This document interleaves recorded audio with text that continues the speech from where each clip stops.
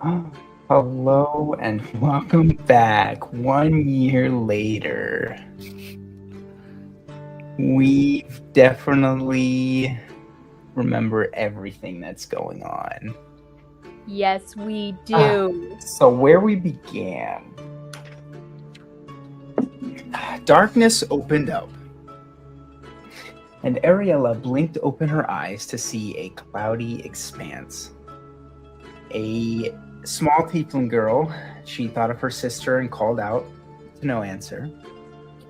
And in the horizon, she saw a looming clock tower in the distance. As she stepped forward towards it, it stuck forward and was right in front of her. And this time she had heard cawing in the distance, and now she sees a small raven in front of her. It cocks its head and caws back at her. She begins to see many of these ravens, and they begin to dance around her and react to all of her things. She tries to climb the clock tower. It doesn't go too well. She falls straight down, but suffers no damage.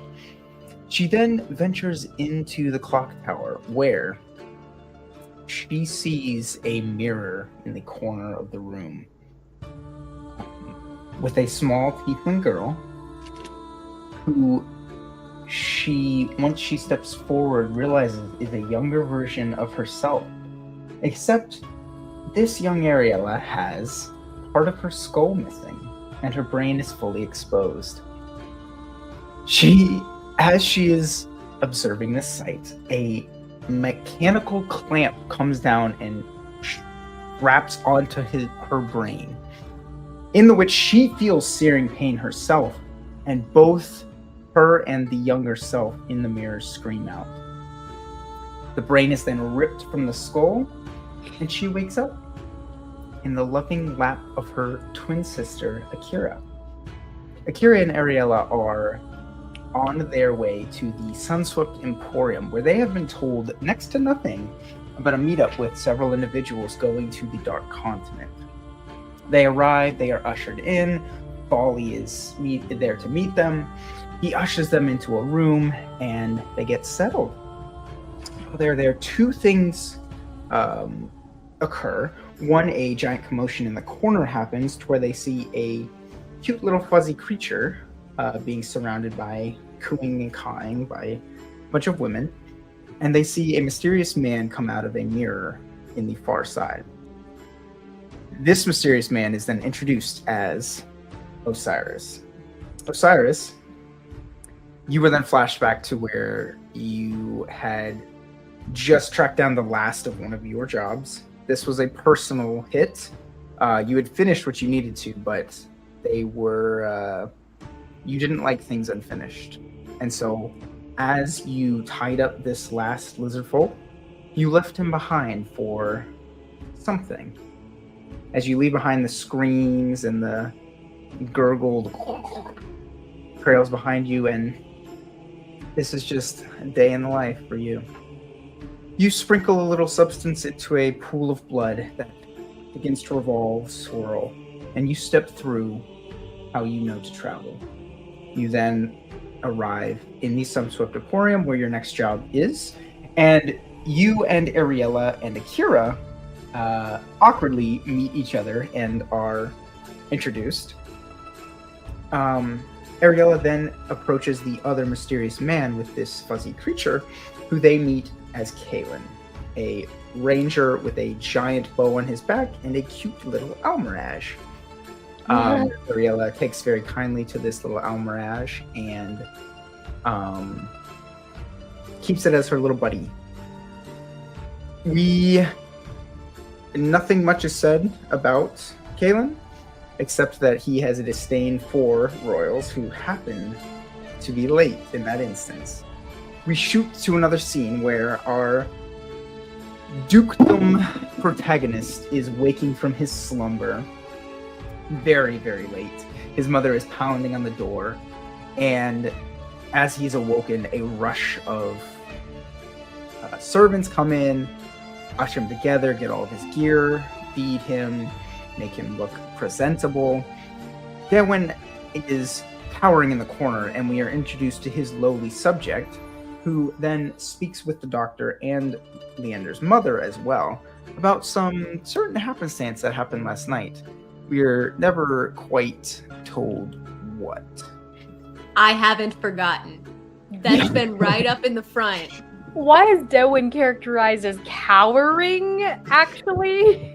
Hey, I am Smirking late in the corner. against my will as a character. So He was lounging. He was lounging. He just tends to look like he's cowering because he has small shoulders. Leander's mother is a very well-respected and highly Type A individual. She runs a large portion of land right now, and even when her husband was alive, very much still had a steady hand in the goings-on of their land. And it is very apparent from their discussions between Leander and Dewin. Leander's mother does tell Dewin that if this mission were to fail to save her son, then so be it. She would much rather have an alive son come back to her than have a successful mission and a dead son. Leander is then given a wreath of golden leaves from his mother, and they are sent on their merry way. They join the others and are introduced by Folly to all of them, and then they are given the rundown of the Dark Continent, the history behind it, why it has been disbanded and desolate and thrown to the side. The gods have let it become a absolute wasteland.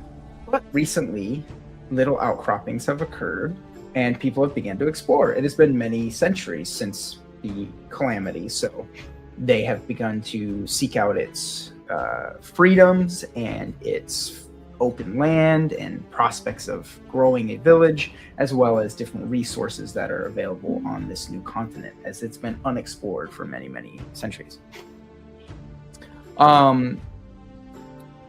From this point, they meet a young gentleman who serves them, two individuals. One is very happy to serve Osiris many, many beers, and the other is a tall, very frat boy-esque boy named Sean, who mysteriously meets up with Folly and another cloaked figure far across the room. This seems like a weird pairing, as they might have some interaction, but it would be yes, it was spelled S-E-A-N. It was an interesting combination of three people. I believe Akira did notice, it might not have been Akira, but someone did notice a interesting tattoo of a raven underneath the left ear of said Sean. Sean is then seen following throughout the different floors, and they try to follow at a certain point and keep an eye on him, but to no avail. They then, retrospectively, have a shopping session where they go through and pick up a few different items. There is some haggling and some using of abilities.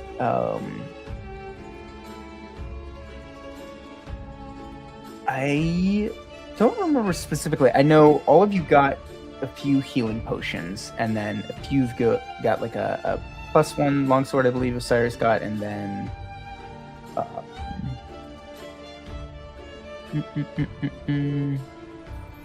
believe Ariella got a bag of beans as well. Or no, she was given. She was given. She did not buy a single bean. But they're cool beans, so it's cool. Then they are led outside and brought to the ship, where a large assortment of foods and supplies and tools is being loaded onto this brigade. Leander then shoves his 4 guards off, and they no longer accompany him, as they respect he is now the upcoming in charge, and they bow to his wishes. They then voyage on to the Dark Continent. Osiris seeks out the captain of the ship, to which he is heckled and bashed around, where he meets the first mate. The first mate refers to them as special cargo and makes some interesting notes after Osiris's conversation with him. Kaelin and Akira have a nice little powwow where they, basically show off to each other.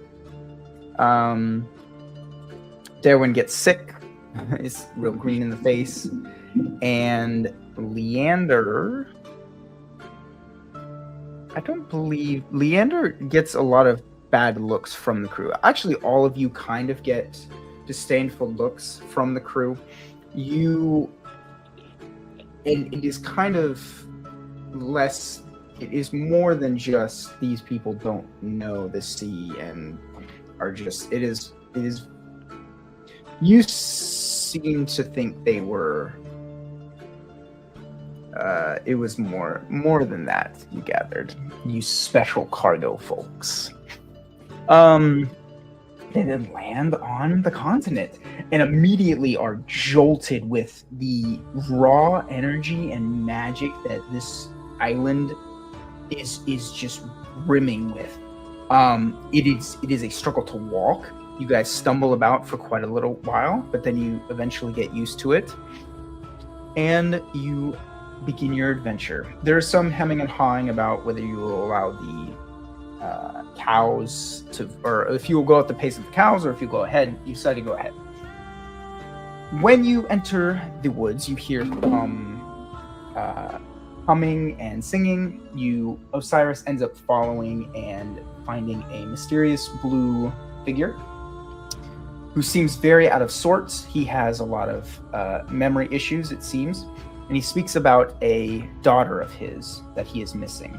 He speaks of a ravaged village to which there is no answer, and none of the things he seems to describe make any sense. But he is a nice enough fellow, and you all get along. After this point, you all adventure farther in and come to a fork in the road.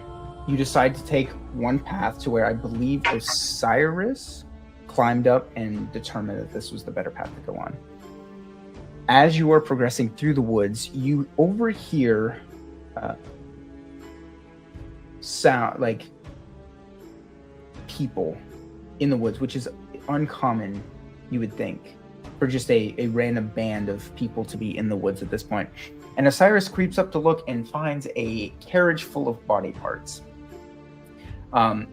These bandits then discover him because of a raven that landed on the side of the carriage and announced Osiris's presence. A comment ensued.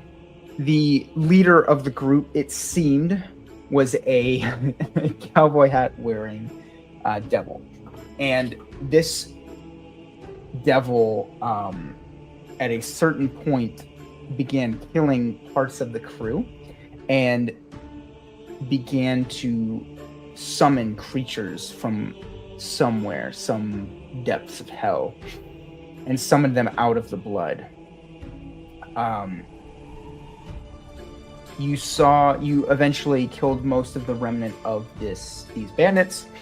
You killed the devil, and a magician stumbled into the path as you all were fighting. You gathered from the discussions they had with individuals there that he was a part of the party, but was not a part of this slaughter that began. This magician was then killed very quickly by you all. And one of the only things of note that was found on his body was a scrap of paper with his signature at the bottom, glowing green. Once the paper was opened, it burst into flames, and you all could only make out a few distinct words, one of which was Baelor. And when Baelor was focused on and concentrated on, Ariella began to seize up and collapse to the ground. She then had a vision of a past encounter with a witch in a where she had a job with Akira.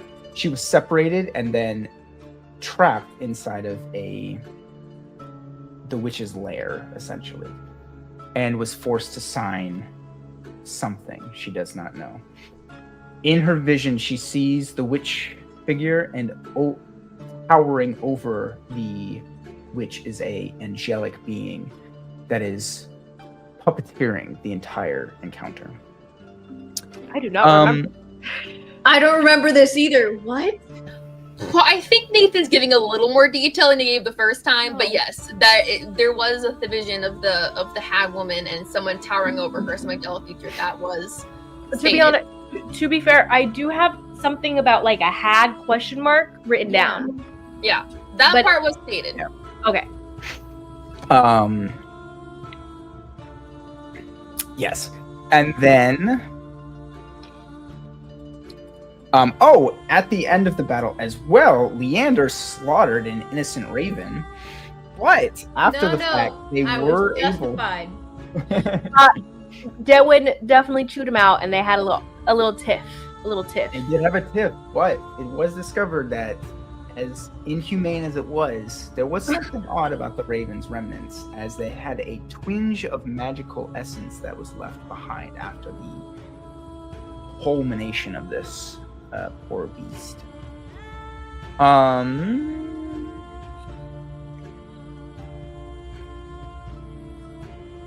Okay.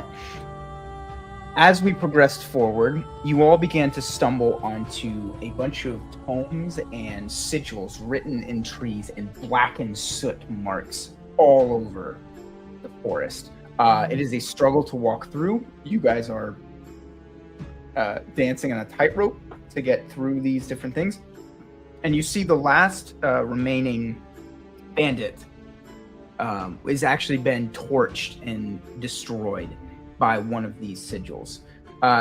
You then arrive to a walled gate, and you can extrapolate that something has been guarding this little area with these sigils and has been protecting and warding away beasts and other things. You walk inside the village and are greeted tremendously by everybody. They're so happy to see you. They haven't had visitors in a very long time. The kids come up and give you all kinds of gifts. They give you some, shell necklaces and different things like that. One of the little kids gets your autograph from him. Dewen, hates kids and declines everything from them and scoffs at the children to their demise. And a bit of exploration has happened. You meet both the mayor and a gentleman named Phineas, who is the village mage.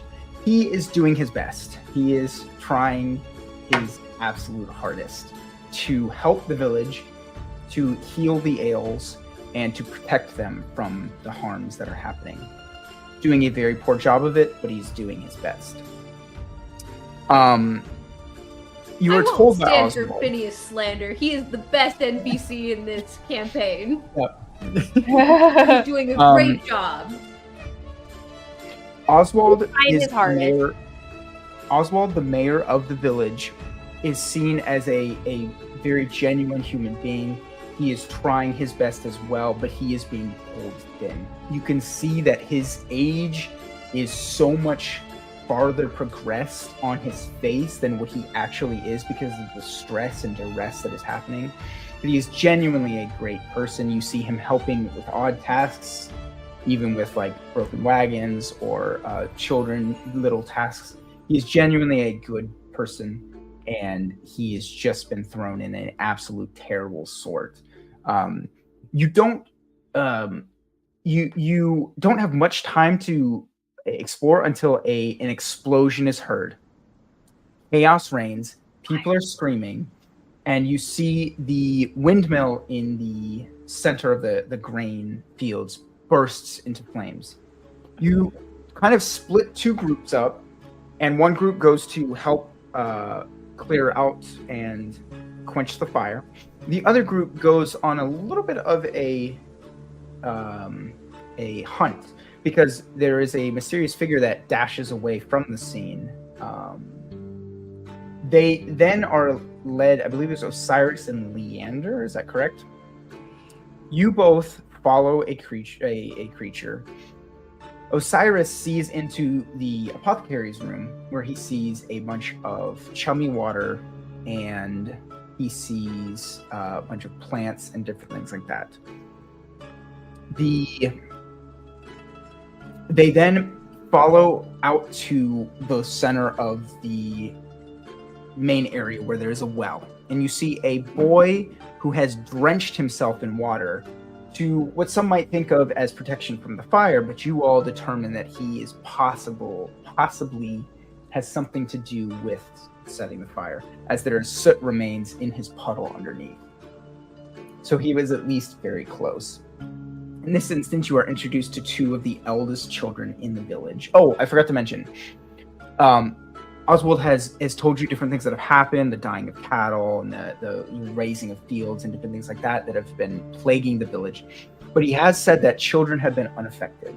As much as adults have died and different things have happened, they have seemed to be protected by some unknown, almost like heavenly presence has been protecting them. At the well, you are introduced to two characters, Petra, the oldest woman, and Tommy, the oldest boy. Petra berates you both for assaulting or verbally assaulting this little kid, and Tommy seems to take an interest in you all, but he doesn't say many words. At this point, Delwyn does a detect magic and realizes that the entire village lights up like Christmas lights. Pretty much every single adult have some kind of enchantment magic on them, and there are little spots of divination as well. A majority of which is on Tommy, as well as two unnamed kids that there's lingering divination magic. At the same time, you are introduced to a young little kid who is a half tiefling, he is not quite a tiefling, but a horned boy, and he is taken care of by everyone. He is sick. He has been sick for years. He has just recently gone down with an even worse case, and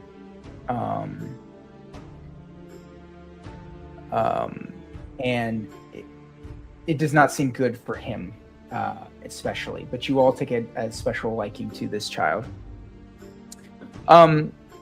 Leander does spot something weird from one of the little girls. This is where Petra comes to the defense of the child, but Leander then figures out that this child has been taking hair clippings from each and every one of you. She has little clippings of all of you bound up in a nice little bow, and she's keeping them. You get those from her, but it seems very strange that she would be trying to get something like that. And I did make her cry, and Leander still feels terrible about it. This child really just loves having visitors and wanted a keepsake, and you made her cry. You all discuss the missing caravan and whether or not to go search for it, as it has been quite a bit of time. You ultimately decide to spend the night here and possibly go look for it tomorrow.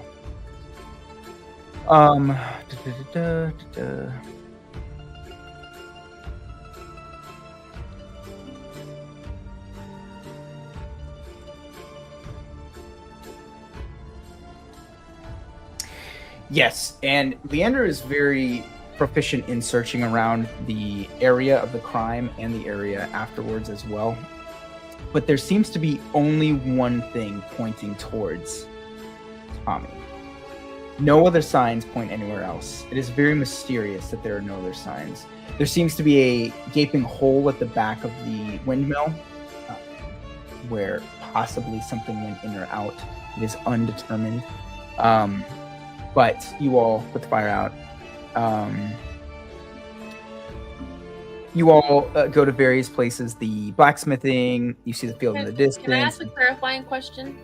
Sure. Didn't when we were putting out the fire, didn't we see a hole, like a rift in the thing with like little like spider soot guys crawling out of it? Yeah, The- wasn't yes, it like that's a what- weird puddle? Yes. Like, So that's what I was saying. The hole in the back of the thing. Okay, you're saying- Okay, sorry. Originally, so the creators of the fire were little like magma little cute things, and Yeah, they were I remember them jumping too. in and out of that hole. Yeah.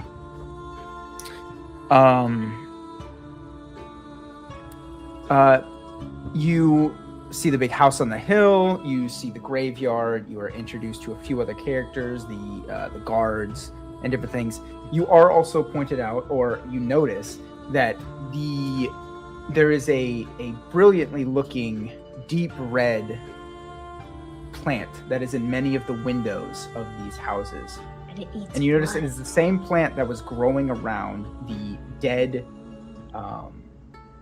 bandit that was exploded outside of the village. It seems mysterious, but this plant seems to thrive around either remains or blood or some of the sort. You talk to Oswald about Tommy, and he says he is a pseudo father to a lot of the children, as a lot of the children seem to be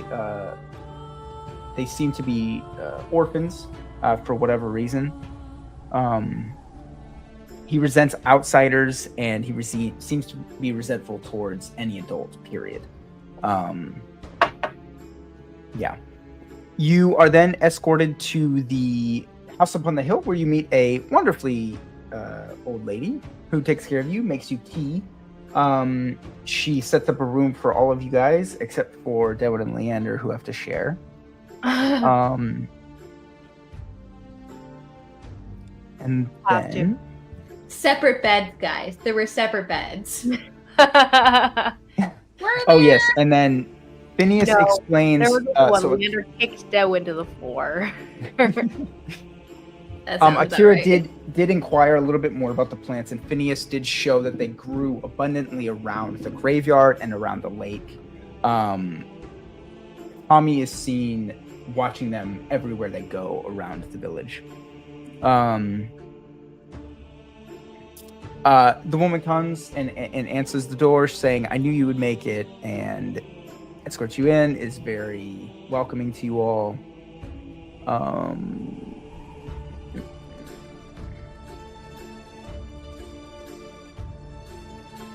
Yes, at this point, you all decide to take different watches. You,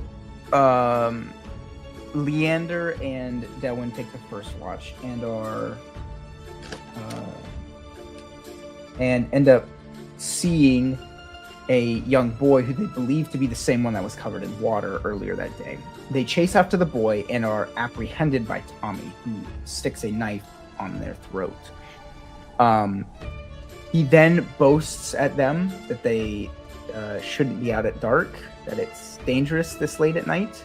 And when he is pressed by Leander and Dewin, he says, why Baylor told me to be out here, kind of with a smirk and a grin, and then threw up a poof of powder and turned all of you three invisible.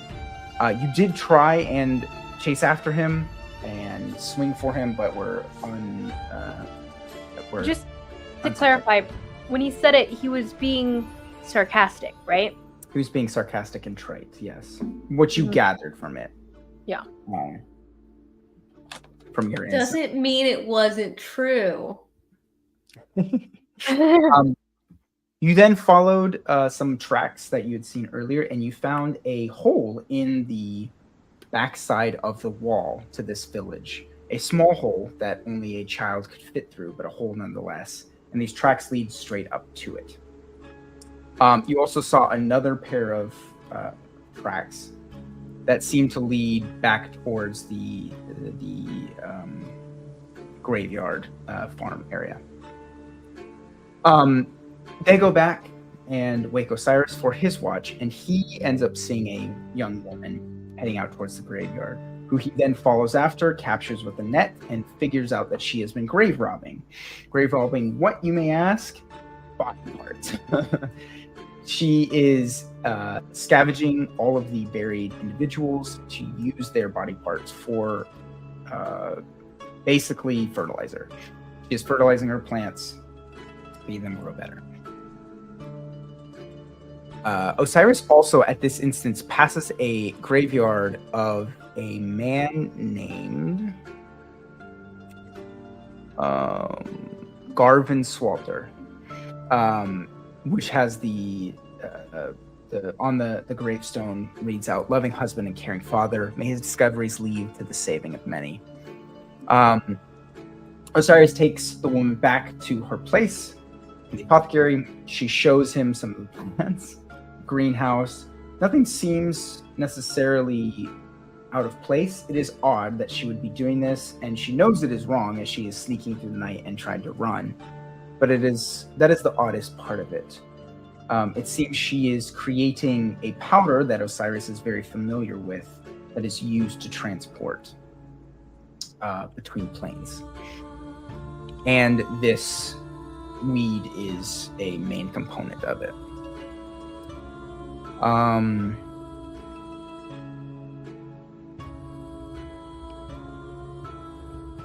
Okay. So just to reiterate its summary. So Tommy's dad is this Garvin guy. Discovered that. I have that written down. And he discovered something that saved many, but this other girl, separate girl, is the one raising the plants, scavenging body parts, using the plants to travel between realms. Yes. Okay. She was digging up Garvin's grave. Yeah. At this point, Osiris comes back to find Akira and Ariella's door ajar, and we shoot to Ariella in another dream. She is once again at the clock tower and sees it being torn apart by ravens. It is trying to repair itself. You can see the mechanical cogs reaching out and repairing, and the crows the ravens at the same time will tear it down. She steps inside and is met by Kalen with his bow drawn at a lion in the corner. A lion with a crest and a shield on its back, and a little monkey that is swatting at these now crows that are, or I can't say crows, ravens that are attacking the lion as well. Oh yeah, represented Leander. Am I a monkey? I take offense at this. You're the monkey, yes. I never said it represented Leander in that one. Suspicious. Could be anybody. Could be any lion or monkey. No, yeah, it could be anybody. The Ariella then tries to plead with Kalen to not shoot them. Temmie is also at his leg, scratching at it and trying with all of his might to distract his master. Ariella is then able to push him aside, and when he does, he lets go of the arrow. It flies towards a large mirror that is in the corner, and before it shatters, she's able to see that not only is herself and her brain missing, but Kalen's is as well. The mirror shatters, and the entire world shatters. She's then wakened by Osiris.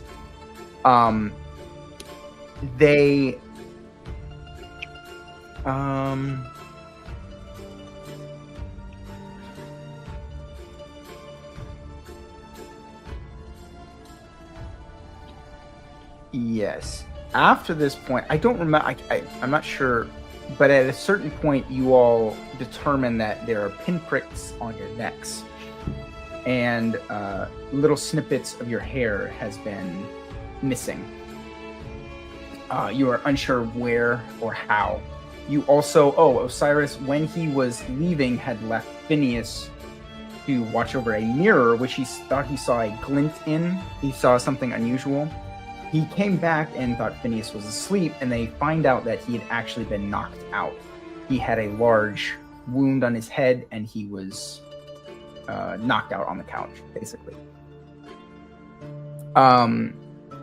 You all gather up back at the main place. You meet her parrot, who gives you some weird, innocuous words. You then, through a roundabout amount of investigation and different things, discover that there is a other, what's the word? Not otherworldly, like a other planar reflection in the mirror that has a pillar in the center of the room, which Osiris is then able to decipher that a teapot with the same energy goes into the center and open sesame. Voila, opens. Ooh. The mirror then opens to a descent into a cave where a little hideout is had with just a cot, a simple amount of supplies, and a journal. Looking through this journal, it is titled Garvin Swalter, to my loving family, Miriam and Tommy. You all gather that this is the father of Tommy. And it has a full exploration, notes on the village itself, on the surrounding area, on all of the plants and animals and different things he has discovered. And yes, there's also his. Got it. Sorry, Sorry, continue. Yeah. Okay. So then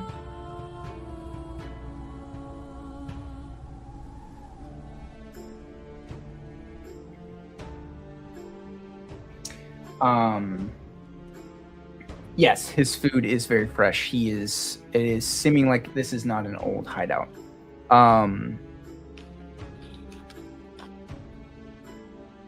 Different things that Quick question there. yes. So when the girl, the apothecary, was digging up Gavin's grave, how decayed did that body seem? No body was found. No body was found. There was a hole, but there was no body, at least that Osiris could see. Mm-hmm. So she dug up the grave, found that it was empty. Possible, yeah. Or move the body, but yeah. Yeah. Osiris did find her as very soon, so it is unlikely that she was able to move the body. A few different things there. They talk with Oswald and Phineas. Phineas talks about Tommy, and he describes he's seen kids sneaking off to the edge of the village, but he's never really thought anything out of it. There's too much to worry about kids being sneaky. He did try to follow Tommy once, but just between you and me, he kind of scares me. And he says ever since his father has died, he has been much, much colder.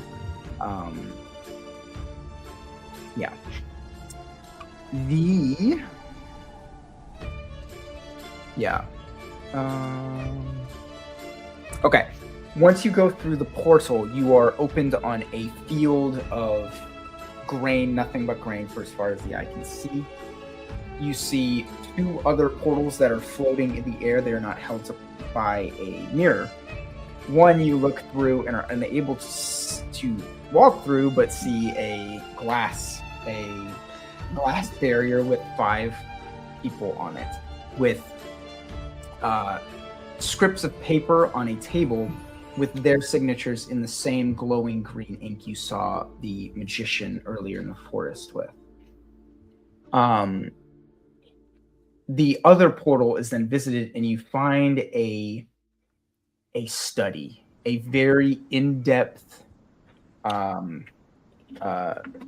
meticulously designed and sorted out study. Delwyn tries to determine if there is any if there's any magic in this room, and there is absolutely not. There is no magic at all in this room. It is purely, whatever, mundane.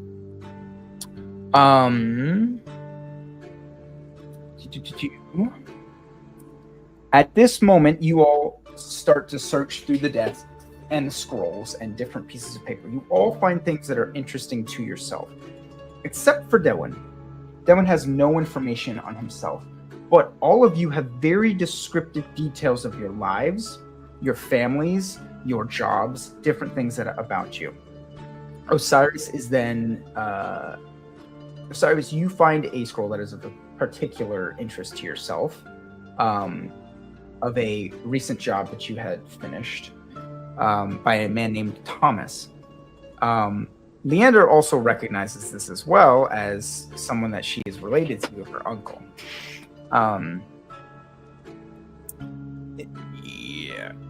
Osiris sees the word creep as long as Nyarlathotep. And Thomas is in his file as well. The Leander's file has a lot of information about his father, describing the day of his death, how he died, different things like that. A lot of the information is redacted, but it is very suspicious that is all being kept so perfectly in this room. The file on Kaylin is almost completely redacted. You all do see at the end, it says that the experiment is complete, success. And then you see a group of 8 words that are spelled out, the last word being omitted, redacted. Didn't I discover for someone the word Jaeger? Wasn't the word the first 7 words? The 8th word was redacted. Osiris and Leander then have a discussion about possible knowings of each other's families and whatnot. Osiris then opens up about potentially slaughtering Leander's. Just possible. Osiris does explain that he did not know who the job was from, but Osiris does do very dirty, very grimy, very down, bottom of the earth jobs, which is interesting, seeing as he went after your uncle.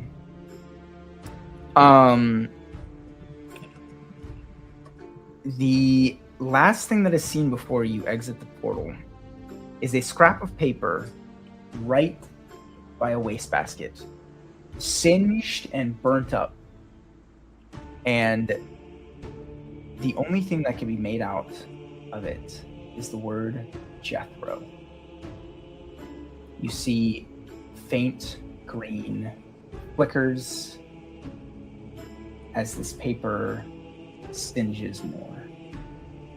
You all step out of the portal and see a dastardly sight. Kaylin, Phineas, and Temmie, who had been set watch outside, are currently unmoving. Kaylin is tied up. Temmie is slashed across the middle, and Phineas is crumpled into a ball. You see 2 towering figures above the 3 individuals. Majestic, golden, radiant, white, pure, angelic beings, slightly hovering over the ground, 2 inches off, just enough that you can see they're not standing, just enough to give them that extra inch of height over everyone else. They are muscly, brawny, golden locks of hair, white raiments, brilliantly bright silver metal armor. And the one holds up Kaylin with his head dangling back, and turns to you all and says, I wasn't expecting you so soon. And tosses Kaylin down. You all have exited this portal room onto a field of grains. And this is the scene that presents itself. Welcome, Death from Within, Section 6. Amazing. Let's go. Are there any other questions before I go back? I would like to be very clear. And there was a lot of wordage, and so I'm sure I missed certain things. But anyway. I think we're good. Mhm. I think we're good to progress. I remember a lot more now, so thank you for the recap. Okay. Alrighty then. You see Kaylin's unconscious body thud and crumple to the ground. You see his bow bent in an unnatural way behind him. You see the one seems to be even taller than the other, who had been carrying Kaylin, tosses him over. Very beautiful, majestic face. The other has a very creepy smile on him. He has more of a sloped brow and chiseled jawbone. And he looks at you all. Oh, they do look tasty. And you see in his hand, he holds a long sword and he licks it off. And the only one damaged outside you see is Temmie. And you can assume Not Temmie. that he has just drank Temmie's blood.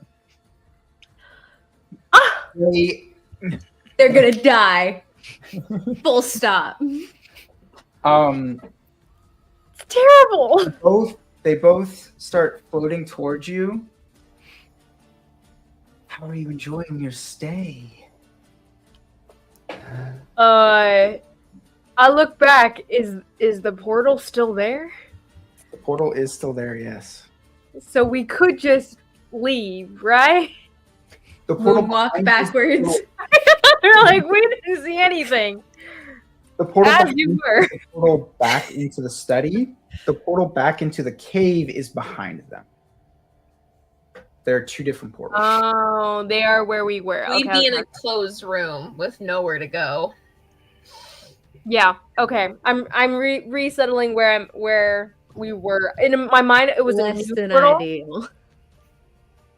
This makes more sense. Okay. Unfortunate. I think we'll be fine. So wait, where's Ariella in all this? Ariella is right next to Akira. I'm right here. Sam. Okay. I don't have her character sheet, so I hope Okay. you do. Where are you? There you are. I was nervous for a second. Okay. Thought we lost you. Well, The other one starts floating towards you, and you see he is holding a giant scimitar, double-sided. It has a perfectly carved sunbeam in the center of the two blades that almost gives its own radiant light. It's not reflecting, it is creating its own light. And he sets it on his shoulder as he leans towards you all. How close is this guy right now? They're a bit of a distance. They're a good 20 yards away, but maybe 10 yards. Sorry, 30 feet. let's just take a second here. Who are you, and why are you knocking out our friends? Friends is a generous term. A friend, and I'm talking about the Almorash. Yeah. Agreed. United front, people. United front. Sorry. You see the Back. one with the creepy grin goes, it's fun. And you see he takes his lap. He now lands on the ground and settles very softly. He lifts up his leg and crunches down on Phineas's leg, and you see his knee snap in half. And you see Okay. Phineas Never mind. I forgot about him. and you see Phineas's body, and you can hear, he's still unconscious. You hear in his unconscious self, and you see blood starts to pouring out, and he goes down and picks up and smears it on his hand. And why else would we do anything here? And he Can I cast Mage Hand? sure. I cast a little spectral purplish hand out in the distance over his body. I step forward enough, maybe one step forward, like hand out as I cast the hand above Phineas' body, just to like push him away. It doesn't have any like that much force about it. It feels just like a gentle hand, like shoving off, and he's like, "Actually, hands off, please. That is our friend." See him kick at the spectral hand, and at this point, let me have you guys roll initiative. Oh boy. That's what I thought. It's with a D20, right? Yes. Mhm. And then your initiative You bonus add is your- at the top. Oh, baby. Oh baby, oh baby. Ariella roll a 20. We're not off to a great start, fellas. Okay, here we go. First roll for Doan. It has to be with his Leander die, actually. So it's not that great. Wow. That's a 10. Okay, give me Better than any mine. 20 to 25s. Oh wait, lower. It's a 9. You got 24. 25? 24, okay. Nice, Osiris. Yeah. And First then roll. First roll. Akira, of the year. I think you're next. Akira. that would be 15 to 20. No, 10 to 15. Oh guys. I got 11. Oh, you just back to back. And This is then not gonna be Leander, you good. got 4, and Denwin, you got what? 9. Yep, 4, 9. Rough. I'm accustomed to being able to roll my Um, initiative at advantage. Thank you. You do see as you were so enraptured by the one, you know, absolutely crumpling your friend and tasting Temmie, that Oh. you didn't notice the other is holding a chain wrapped around his hand, and you see from behind him rolls out a hellhound, one that you are very familiar with. You just saw in the forest. It snarls at you all and sniffs at Kaylin's body. Does this other figure look reminiscent to the skeleton guy at all? Because he's the one who had the hellhound before. Nope. Interesting. Okay. Okay. Either you don't happen to be named Baylor?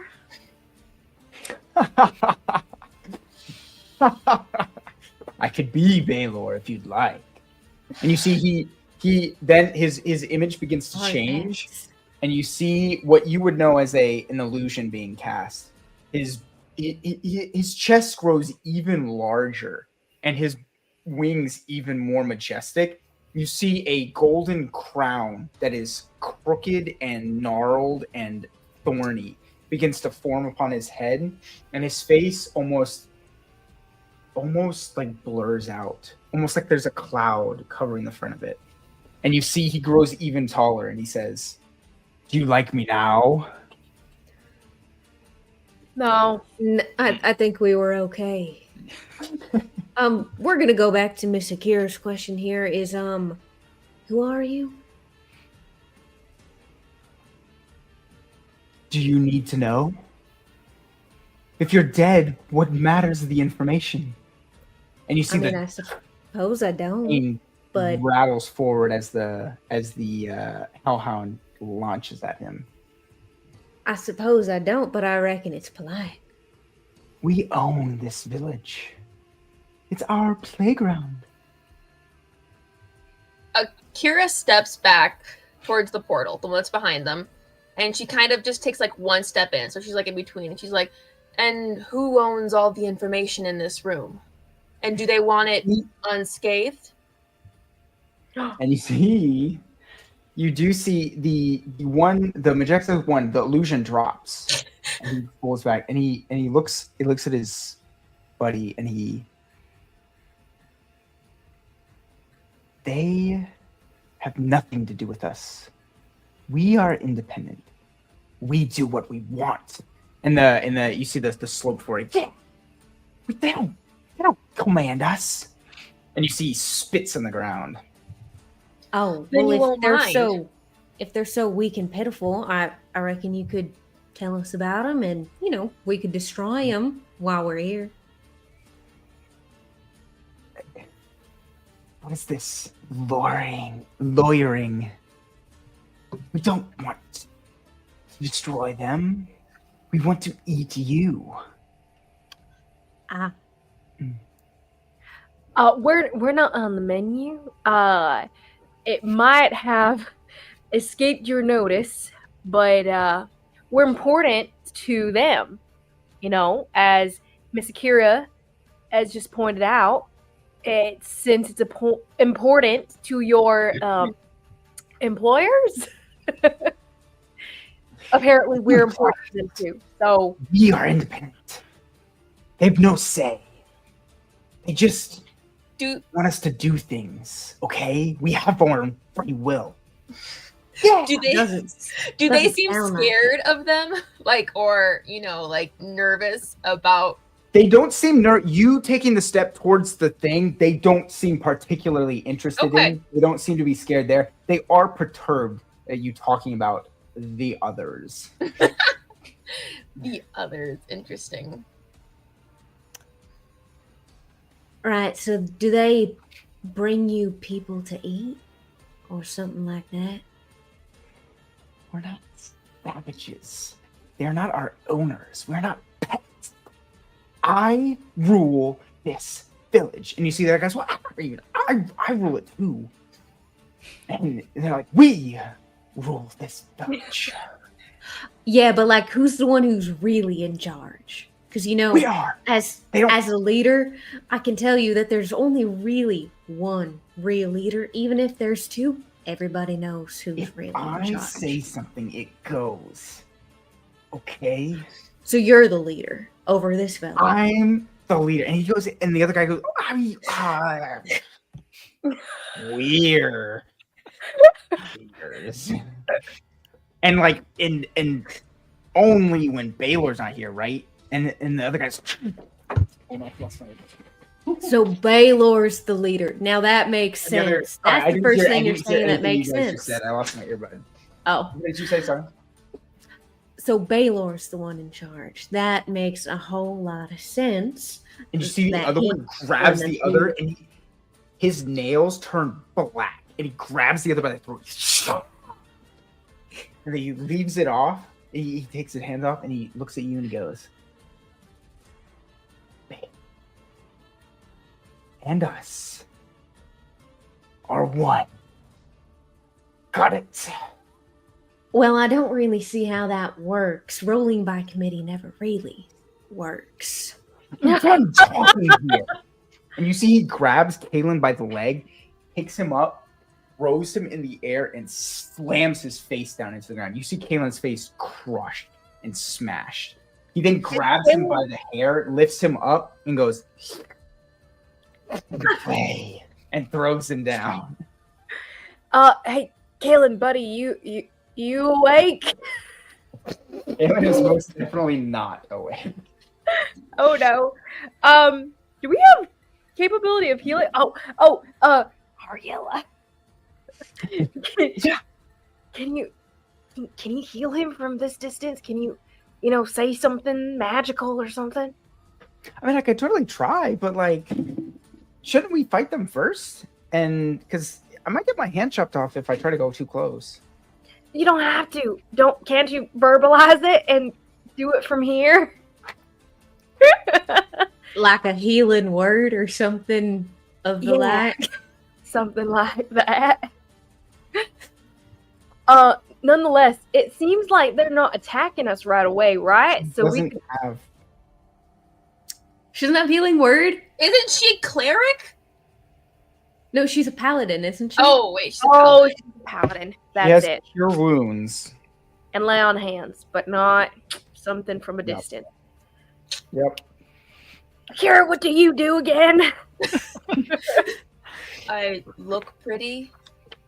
You You see, say Ariella is very disturbed and affronted at the sight of Temmie as well. She does start to like inch toward Temmie to try and grab him. He'll the guy that can fight for us first. But No, the Almiraj was real useful. he was. He actually was kind of dangerous, wasn't he? I forgot about that. Anyway, focus. It's been like 12 minutes. So At they're this not going to attack instance, us yet, right? Osiris, would you like to act? You are first on the. Yeah. On the. I would like to say I'm done talking. Mhm. As I take my sword, I draw it. I'm gonna. What is it? I would like to make a note, just for Dan, as a relatively new D&D player, just because there is a fight in front of us doesn't mean we can survive it. So, running is always an option. Always an option. They hurt We don't Phineas. have to fight. Yes, we don't have to fight to the death. I am going to. And run to there's the a left, good but I won't chance be able- that we might not survive this if we fight these guys. Maybe. We'll see. I feel Yeah, like Nathan we'll see. wants us to fight them, though. Like, Oh, yeah, same. he had Arya say, "Shouldn't we fight them first and then They're- heal people?" True. They're covering the door though. True, yeah, they're So- covering the door, and I feel like him prompting us to fight them by hurting the Kalen guy wasn't really an effective tactic because none of us liked him. I like Phineas. I like Phineas. I like Phineas. I like Kaylin, but okay, I guess it's just me. But I Oh. like Temmie and Okay, I like well Phineas too. he was a dick to Leander for no reason. Well, He everyone's was a big a Leander. Leander. I'm kidding. It's actually not true. Ariel really likes Leander and Daywin. Yeah. Yeah. Yeah, we're besties. Too bad Ariel Okay. is. Anyway, Let's screw this thing like Akira screwed that mythical beast. He said Okay, something so about My us thing being did actually cut out, so I missed you all. But I did hear the first part. So they are not blocking the door, like the exit. Say the portal is here. You all are here at the other portal. They are in the middle, and they are off to the side. So if you want to run, you definitely could. It is very much in your possibility to get it. Would Standing over Kaylin and yeah. Phineas and Temmie. So you would have to, unless you left them, you could leave them to run. You know, entirely an option. it is very possible for you all to escape. I'm not forcing a battle here. You may definitely leave if you would like. I don't think Ariella. I think Ari might want to get, Temmie at least. And I Yeah, feel I bad feel about kind Phineas. He's only in I this because feel- Yeah, I would feel bad about Osiris, that. how would you like to act? You are first. we're all hesitating. We're not doing anything. Actually, yeah, I feel like Leander and Dewen chatting here is the reason why we're dead last in the initiative. So I'll activate Crimson Right. Yeah, you will. So as Get I 'em. take out my sword, I take my arm, I slice my arm. Whoa, Uh, wrong path. as I do that, I say, "Oh, death, become my blade once more." And my right activates to do 1d6 damage. Woo! On top of what you're doing. So anytime you attack, you'll get a d6 on top. Dude, what? So when you hit, you'll get a d6 of your blood dice, basically your hemo die or whatever it's called. You get that d6 on top of it, like sneak attack damage for a rogue.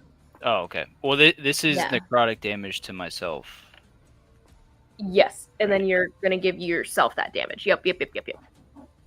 Hey, Dewen, Great. remind me to get this guy checked out for the night. Are you sure? He doesn't seem all that honorable. I can live with that.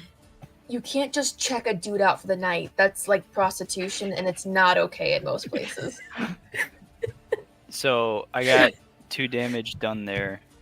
Oh, really low. That's Mhm. nice. And then all. So you said they're 30 feet, right? Mm-hmm. Which one's closer? Oh yeah, one did The one holding the hellhound. And which Is he one holding him above- back? Is the one over Phineas farther away? Yes. That is the sloped forehead, creepy grin one. That is, yes. Okay. So I was enraged when he broke Phineas's leg, so I'm going after that guy. Got I it. charge for that guy. So he seems more unstable of the two. Like we could appeal rationally to the other one, right? Sure.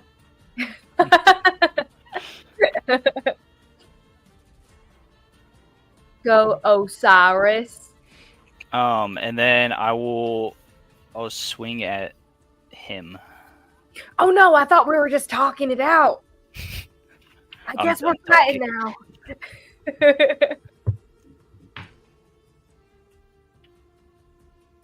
I forgot how to do this. So Okay. roll your d20, Okay. Mhm. and then you add your attack multiplier, which for you I think is probably strength, It's and then your dexterity. proficiency bonus. Oh, it's like that. Okay, so then it should on your sheet should say like plus something. To hit. already. Proficiency bonus or No. Your rapier should have something like +7, right? yeah, +7. So you roll the d20 and then add 7 to that roll. That is your attack. Oh. Well, this was a really bad roll, 11. So it's still an 18. No, But no, 18 that's still- that's 11 added. Oh, total. Okay, yes. Let me see. 11 does Uh-oh. not hit. Mm-hmm. Swing and a miss. Mm-hmm. Yeah. So you swing at this, and he is still the one. No, he's on the ground. So he goes back to flying and jumps back and kind of laughs in your face. Ooh, they can fly. That's not good. Okay, so can I still reach him? Yes, if you would like to do a bonus action, you may. I'll just attack him again. You have 2 attacks, so you can just do that without your bonus action. Yeah, so I'll attack him again. Okay. Oh my gosh, 12 together. 12 total. Yes. You swing, and in your rage, you're seeing red because of what he just did to Phineas, and you swing blindly twice, and he just sidesteps both of them as you go along. Oh no. Oh Can boy. anyone stop this creature from flying around? That's gonna be difficult to deal with. Dana, you have an ability to do something like that. I do, but that's a bonus action. You have a You bonus. do have a bonus action. You get 2 attacks per turn. As Oh, long I as you have take 2 the bonus attack actions? action. No, you get 2 No. attacks per turn You have and the one- bonus action. Yeah, I already used my bonus It's- action. Oh, for your Oh, you're Right. right. well, you can attack again. I don't think the right is a bonus action, Dan. It says Crimson Right as a bonus action. You can activate any right. On a Oh, good job. Good job. Yeah.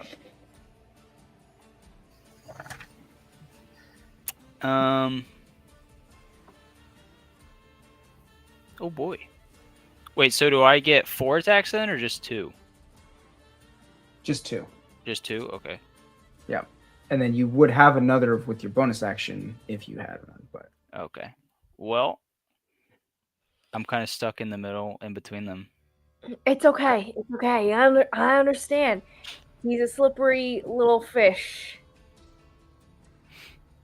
All right. And then yeah, can't do anything. So end turn. It is Ariella's turn, and you'll see. I probably should have read. Go, through her Ari! If you abilities. want, you could give us her sheet and we could run her for you. That's true. I literally offered you that like weeks ago, Nathan. So did I.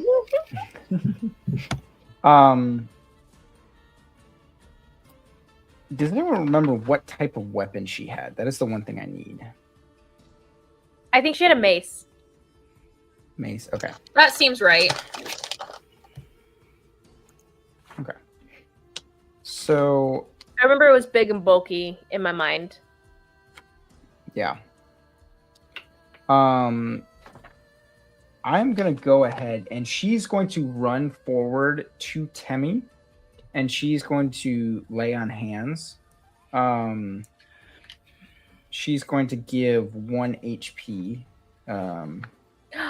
How smart of you, Miss Ari.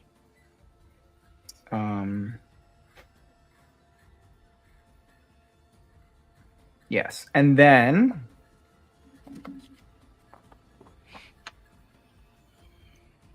actually she is going to use, well,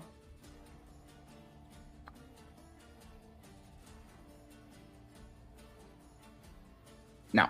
Yeah, she's gonna go and heal. Actually, she'll give a little bit more. She'll give him 5 points. And you'll see Temmie stir. The wound on his side used stomach. all her starts to heal points.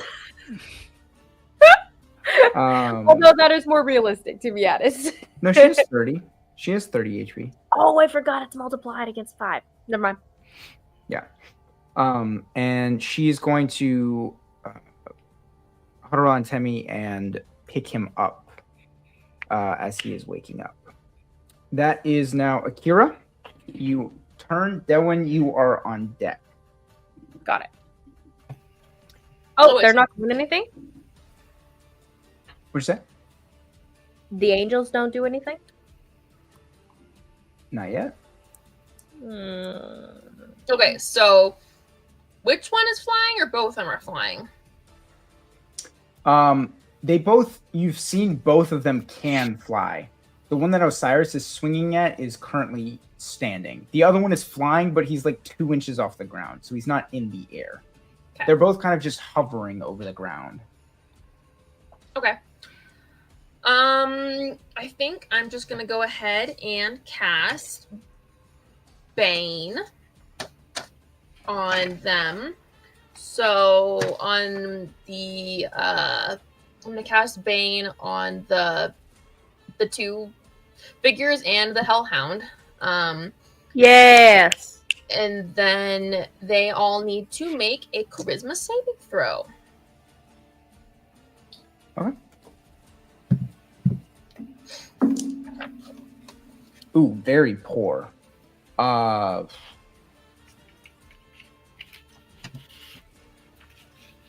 So that is a 6. That fails. Okay. All 3 of them? Oh, well, I guess, I mean, I was just rolling as. Oh, that's fine too. So one angel, so the main angel and his hellhound both failed. They both got nat ones. The other one does succeed. The one that Osiris is fighting does pass. We passed a 15. Oh, yes, he got a 19. Yeah. So the 2 of them are baned then. And Woo! that's my action. So Go, woman. I I said think it's sexist. I promise I love women. I love all of them so much. Are you compensating? No, it's food. as a bonus action, I am going to use my Mantle of Inspiration. So I'll use one of my Bark Inspirations. So I think everyone's within 60 feet of me, right? All of my allies? Yes. So, all 4 of us here get 8 temporary hit points added on to your HP. Nice. And if any of you would like to use your Woo! if any of you would like to use your reaction to move your speed without provoking opportunity attacks, you may do so now. Nice. I would. I'd like to get up to where again, Osiris is. It's a bard thing, Mantle of Inspiration. She inspires you to get hit points and move around the battlefield. So she's like, we're not letting them win. So you guys can move around it. Do the 8 temporary hit points go to Phineas and Kaylin and Temmie as well? I can only do 4, and temporary hit Gotcha. points don't bring people up from unconsciousness. So Temmie does, though. Temmie is up, but I figure, well, I could do it to Temmie, but Or- instead of Temmie is currently in the arms of Ariella. And Oh, she will use her reaction that you just gave her to go back to the group. So she's now in the center of you all, Yeah. carrying Temmie. Temmie is now waking up. Leander's going to get up to where Osiris is. Oh, okay. Yep. So you go Oh, ahead. I thought I'm on. With the reaction she's using. you can use your reaction to move up to your speed if you move, want like, to 30 right feet now. or whatever. Oh, wow. Crazy. Sorry. I'm slow, apparently. It's fine. It's fine. I need a pencil to pencil in the 8 hit points. It's all right, Darwin. We knew you were a bit slow. I'm going to use my 10 feet of movement to move in the direction of the portal. 10 feet? Right? Whatever your speed is, you can move. Oh, my whole speed? Yes. I love you so much. I'm so tired. Oh, dang. Okay, I moved my whole speed, 30, to move in the direction of the portal. So we're spread out, and I'll be perpendicular, maybe, to the rest of y'all. I don't know how far the portal is, though. Okay. Osiris, are you good where Let's you're at? say it is. Dandy. It's only 60 feet between the 2 portals. So they're about 30 feet from you. It's another 30 feet. Cool. So I'm To like get to halfway between portals, and spread out. Okay, I will go ahead and use my turn. Is that my turn? Is that the end of your turn, Miss Your Akira? turn is, unless Akira has anything else. Yes. I am done. And Thank you. Leander, you are on deck.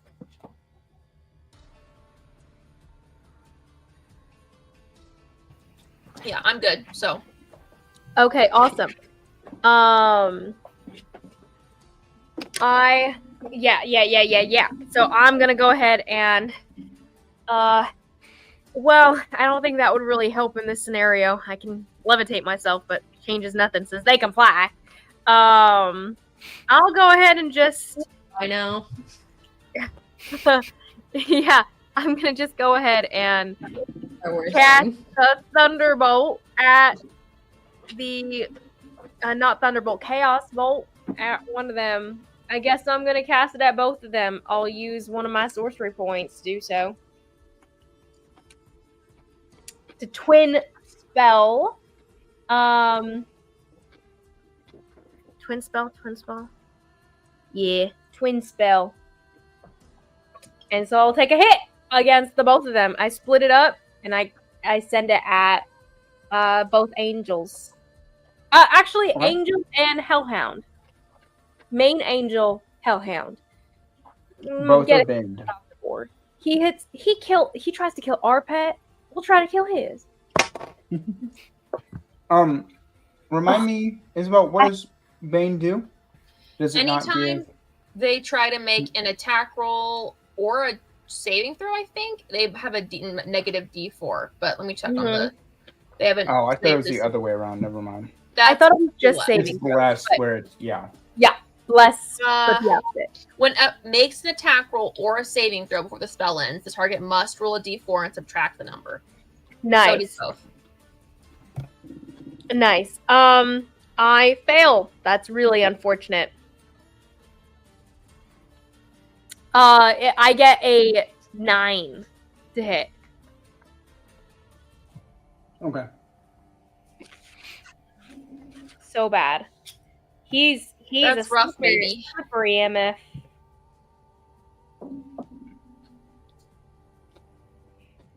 Very rough indeed. I'm very sad. Anything else you would like to do?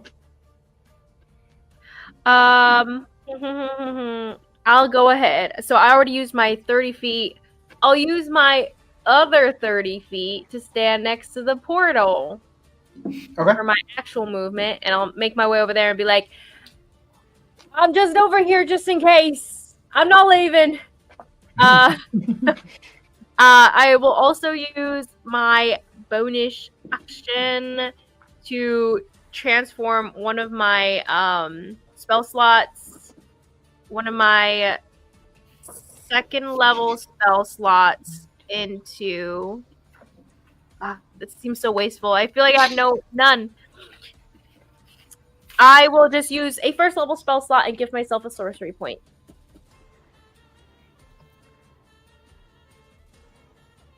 Could be two, right? Wait, does it have to be 2 first level spells to make 1 sorcery point? No, I'm saying it should be 2 sorcery points, right? Oh, yes, that is true. Perfect. Okay, that's my turn. Okay. Leander? Okay. Now that I'm right up on him with You're Osiris. riding up on him. Yes. You heard me. I guess I'm just gonna make both attacks on the same fella that Osiris did. Okay. And we'll go with that for now. All right, that'll be 26 and the dirty 20 to hit. 20, both hit. Alrighty. Whoo! Hot dice.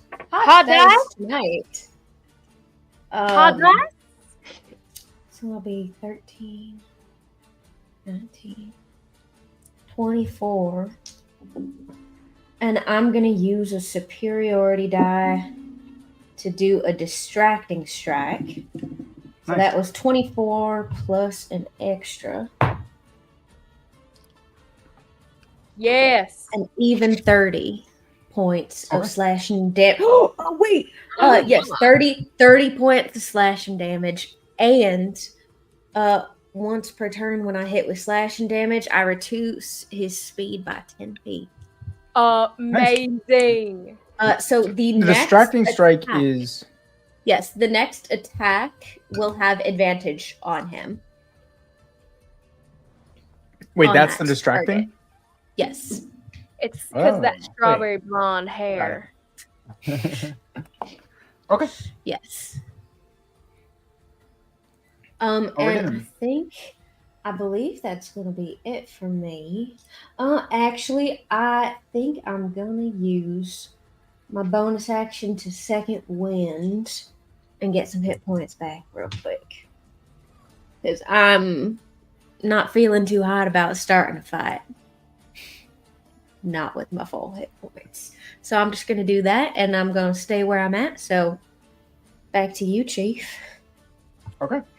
So at this point, you see the lead angel holds his hand up with the chain and drops it.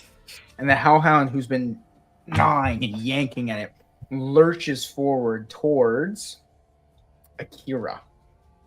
Lurches towards you and is going to lunge at you. I did not realize what my AC is. This is not good, guys. Oh no. Okay, so we're spread out, right? Akira Dang next to one portal, I'm next to another, and Osiris and Leander in the middle. in the middle. Akira, Ariella, Temi. Kynan has the are- intercept maneuver, not Leander. Oof. Screw that. That would be an 18 to hit, Akira. Definitely hits. Oh no. Okay. Oh no, Akira! Oh no, Akira! So that is 5 points of piercing Okay. So who's attacking? and 4 points of fire damage. Ooh, I have fire damage because I'm a tiefling. So, the Hellhound is. So be 2 points. Wait, Yes, so the Hellhound is fire so damage. Yes, 7. Okay. What? hellish rebuke. I was already thinking about it. I'm gonna hellish rebuke it as a reaction to being attacked. So, I have to roll. So I need to make a dexterity saving throw, please. Okay. And it does have a minus D4 to its saving throw. Got it. It definitely failed. That's a 10 without the minus. So Yeah. All right. So it takes 2d10 fire damage, which it's probably also resistant to, but that's okay. Where's my D10? That's not a D10. This is a D10. I know what a D10 looks like, guys. Don't worry about it. 9 points of fire damage to it. You could describe this for me. Oh, okay. So this thing bites her, and she she kind of looks at it and is like, "You tore my dress," and she kind of just like points her finger at it and just like fire shoots out in its face and just kind of singes it. So Good. It envelops its face, and you see it, and it sneezes from the fire, and you see it almost absorbs the fire. And you, as a tiefling, would realize he's not only resistant, he is immune. dang it. Oh well. And he sneezes as you blew a bunch of hot wind and smoke in his face, and he growls at you. Yeah. As this occurs, you see the other one, the one that just released it, crosses his arms and laughs and starts to slowly inch towards you. Only about 5 feet, but he's taking his time. You see the other one, after he has Osiris and Leander next to him,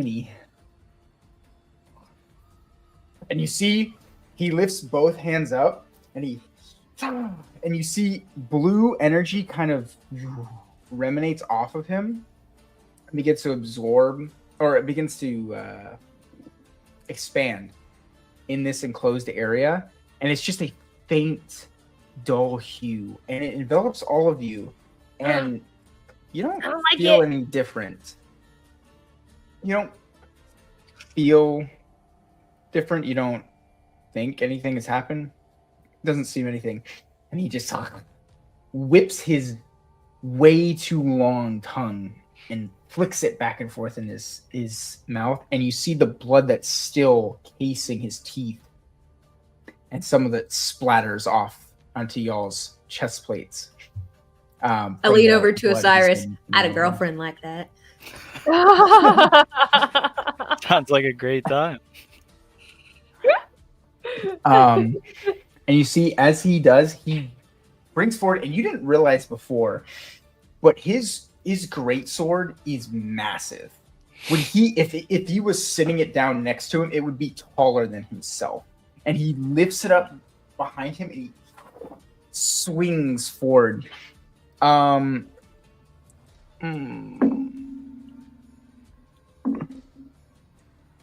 Okay. Leander, that is a... Oh, where is it? Okay, that is an 18 to hit. Does not hit. Not okay. Osiris, that is a 15 to hit. Okay. Nope. Okay, you see he's... I'm going to use my reaction to expend a superiority die and use my riposte maneuver and make a melee attack against him. Got it. Is that on any attack roll, or does it have to hit? On an attack that misses me. That misses. Got it. Mm-hmm. Nice. Oh, this might be the perfect time. natural 20, but then it wasn't. 24. 24 definitely hits. Ah, boo. 6 points of slashing damage. Okay.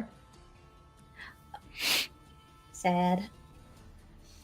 I rolled a 1 in of a superiority die. You see when it slashes across his chest, his chest actually splits and opens, and you see it peels away his what you would assume is skin. And inside is a gleaming gold liquid that starts to ooze out. And he looks down and he hisses at you. Reminds me maybe of harvest that. We might be able to use that later. Is it What? Just try to collect that. You got some bottles on you. I'm sorry. You're telling me to collect stuff? We're in the middle of have the the fight. time. I'm just asking if you have the wherewithal. Oh shit! Ariella pipes up and goes, "Oh, I've got vials." Perfect. Just if you can. That's Back gotta burner. be somewhat unsettling. You're fighting these people, and they're like, how can I collect your blood? Like, don't worry about it. I can just take. As he swings his giant sword and misses both of you, he snarls at you as you slice open his chest. And then he takes his hand, and you see his fingers turn black, and he slashes at you. Leander, Oh, no. that is a 21 to hit. Just no. barely. Does hit, okay. So then that is going to be, oh my goodness. That's My gonna be AC 4 is gonna points. distract slashing you. My damage. AC is a 20. Yeah, I'm distracted talking to Delwyn. That is only 4 points of damage.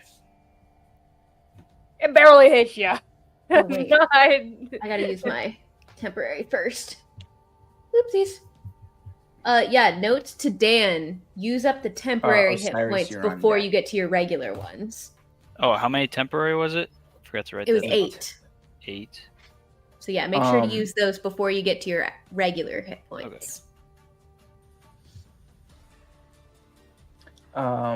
Okay, Osiris, your move. My move. Okay, I forgot. So for like reactions when you're leaving, do they have to roll a d20 to hit?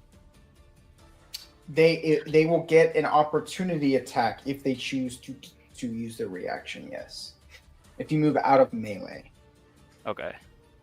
But there are other things you can do for your reaction. For example, I have a feature that lets me do something on my reaction besides an opportunity attack. And right So- now, is Okay. it not true that we can use a reaction to move 30 feet anyway, right? That was a one. No, that was time just when the I once. cast it. Okay, got it. Okay.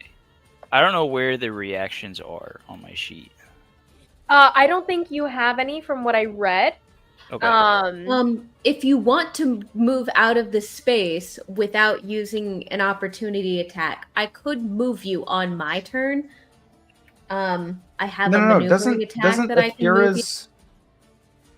Doesn't Akira's Yeah, ability? But it was when I cast it, so he chose not Got to it. move when I cast Got it. So got it. Okay. Yeah, I can move you on my turn, but you would just have to wait until my turn. Okay. And then is Misty Step a bonus action? Yeah, Yes. Or you could do that. Okay. Yeah. that's easy. It does use a spell slot, but unless you have an ability or a feat that allows you not to. I don't even know what my spell slots are. Are you Fey touched? What does that mean? I don't think he is. No. Okay. I have Fate Then- ancestry. If that does anything. I would assume if he has it written down on his sheet, he's got an ability to do it at least once. Yeah. Once per Well, shift, I'm just saying you whether can or get not. the Misty Step spell. Oh, you have Fey step. You have Yeah. Fey step, so it's a little different. Ah. Yes, but yes, you Oh. may cast that without expending a spell slot. Okay, so I'll use that to transport to the guy that's walking towards Akira. Got it. Okay.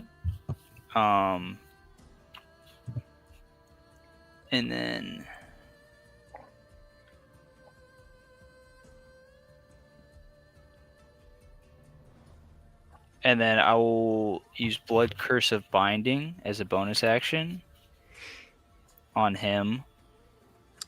So I believe because you can't- used Misty Step, your bonus action is used up. Is that count as a bonus action? The Face spell step? is, yeah. Yes. Oh, okay. Yes. Okay, gotcha. Then I will just. I believe you still have your full action though. Yeah, so I will swing at him. Okay. Ooh. 15 plus 4, right? Or is it plus 7? 7. Your rapier Solid. is 7. So 22 to hit. 22. Woo! You do hit. Get him. Yeah, okay. 1d8. What's the d8? This is the d8, right? I think. A diamond. Okay. Yeah. So there's that. 6 plus 6, 12. Nice. Plus 1d6, 3, 15. So 12 piercing and 3 lightning damage. Woo! Okay. Nice.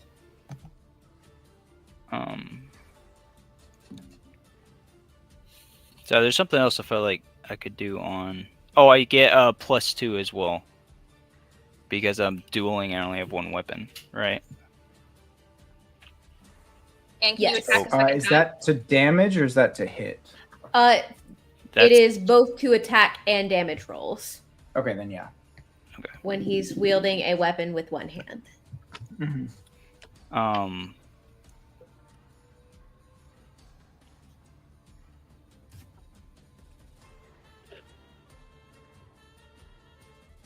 Sorry, I had it a second ago, but Ariella, you. Oh, that's me.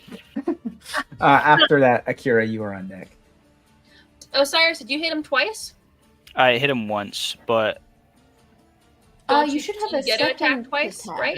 yeah, but I was looking for this. I'm gonna Bonus action. brand him as well. Woo! Yes, use your castigation brand. Nice, Yeah. nice. It I does love not take a bonus action nor an actual action. It's just attached to your attack. All right. So could he still make his second attack since he Yep. took the attack Yeah. action for his Yeah. turn? Yeah. So you still get a second attack. Okay, gotcha. And then, yeah, the brand. So, in essence, his brand will inflict damage equal to his Hemocraft modifier, anytime that creature attacks him or his friends. Okay. Get it. And then, Very nice. and then I'll hit him again. Okay, roll to attack. Oh, it's 16. Never mind. 23 to hit. Nice. 23 does hit. Yep. Okay.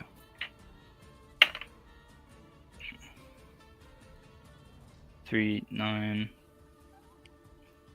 11 piercing and 1 lightning. Got Heck it. yeah. Get him. Yeah. You see, you hoof in front of him and then slash. Hi, is she Gabrielle.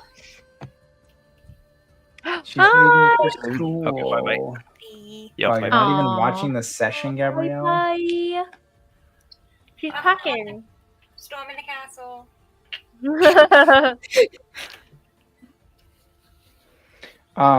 You see as you slash on him, he grunts and groans as his left side takes the brunt of the damage, and you see the center in between his deltoid and his biceps slices open, and more of that golden ooze starts flowing out. You see his veins pulsate as you cut him open, and he groans. Ooh. no. It is now Ariella's. Akira, you are on deck. Ariella, now that she has Temmie, she is still going to be holding him.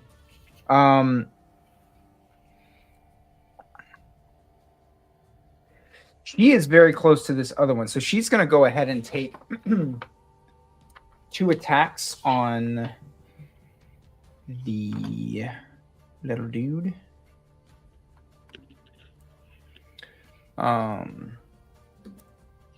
Osiris, by the way, are you using intelligence or wisdom to cast your blood magic? Wisdom. Wisdom? Okay, so every time they attack someone else, it'll be your wisdom modifier For what? for damage from your brand. She swings wildly and misses both attacks on him.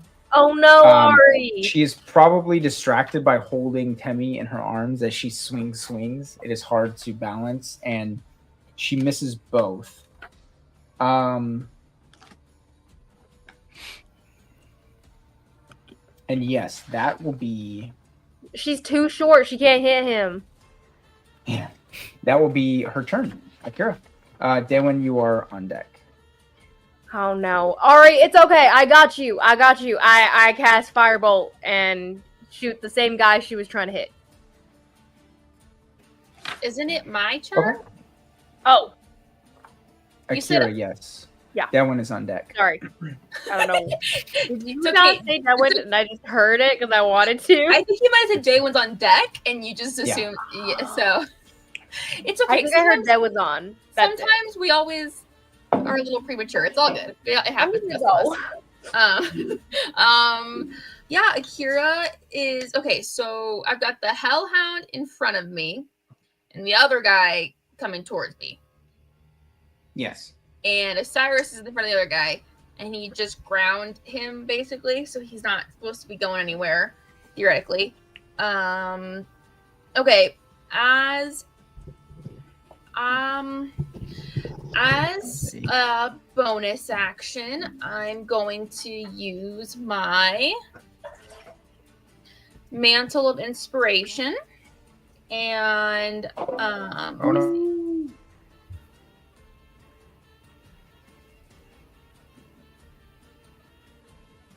Okay, so I'm going to use my Mantle of Inspiration to cast Command, and I'm going to point at the Woo! Okay, all right, question DM. So the spell says that it has no effect if the target doesn't understand your language. However, dogs do understand simple commands as a general rule. Mhm. So, if I try to cast Wait.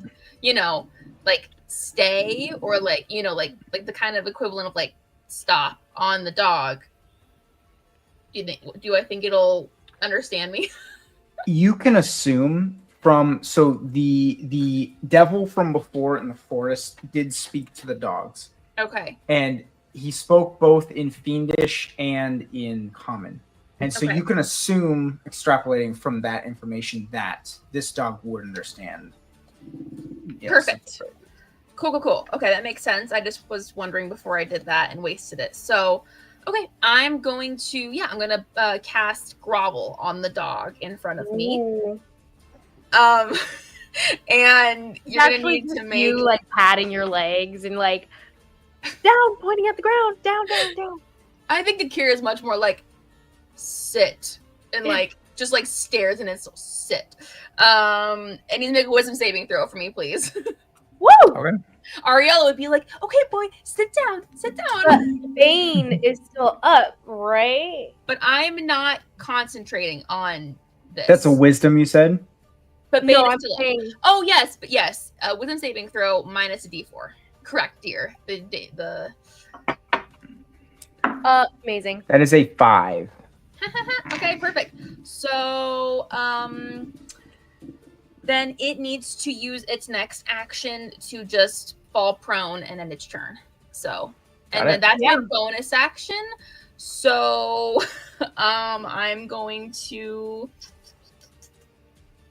I don't. It better fall prone. I'm actually going to use my action to cast Eldritch Blast at the person facing Leander.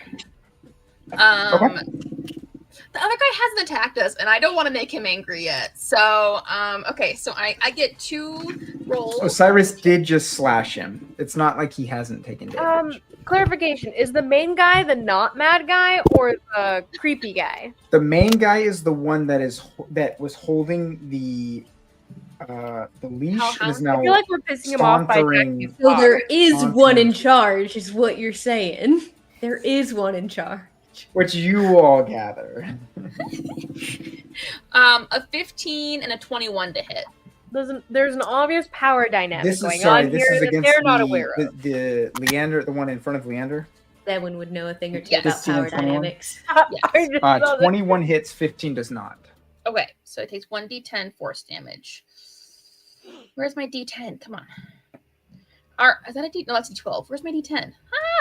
That's 9 points of force damage to him. Nice. And then I'm going to back out of the immediate range of this hellhound. And Okay.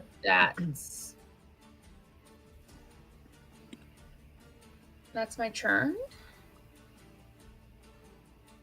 Sorry, all my turns are really complex, apparently. Oh, you're fine. Man, feel like I love guarding playing a is- fighter. I love playing a fighter. Actually, no. I'm going to stay where I'm at because I don't think it's technically. I think the dog could attack me on its reaction. So, okay, that's my turn. Cool. Alright. Good job. Is it my turn? Delwyn and Leander, you're on deck. Yay. Okay. Sorry. Okay. Let's go. I guess I'm gonna go ahead and point at the creepy man, the creepy angel that seems to be holding the dog back. And can I tell? Oh, I guess maybe that guy's the smarter one between the two of them. Who would be smarter? Who do I think might be smarter? Just on looks. The one that is the one that is sauntering towards Akira Yeah. and Ariella. Yeah, that's what I'm thinking. Okay, right. I'm gonna just go ahead and choose the one that is creepy grin guy. I'm gonna go for him, and I'm gonna actually just delve into my more perhaps bookish self. And I'm gonna come out with a long, winding little riddle that I say really fast to this guy, and I give him the answer immediately after. And I go, "Do you get it? Do you get it?" But it was like an arcane, complicated. It was very hard to understand, not for laymen at all. And I go, "You get it, right? You get it?" And cast Tasha's Hideous Laughter on this guy. And if he fails an intelligence saving throw, he will fail it. I'm using my ability, which is called Spell Secrets of my Lore Mastery domain, to alter the form of the spell to where the saving throw is now intelligence and not charisma. Got it. I can do that once per long rest. That's actually really cool. That is a 9. A 9, amazing. He didn't get the joke at all. He barely even understood some of the arcane principles that went, the foundations for the joke. And I go, I think that one's really funny though. And he does fall down laughing and cannot hold himself back. See, he gets it. He gets it. And He collapses to the ground. And, yeah. and it is almost his head in his hands. As you see, every time he laughs and heaves, and every time he expunges air out of his lungs, the ooze pours out of his chest. Ooh.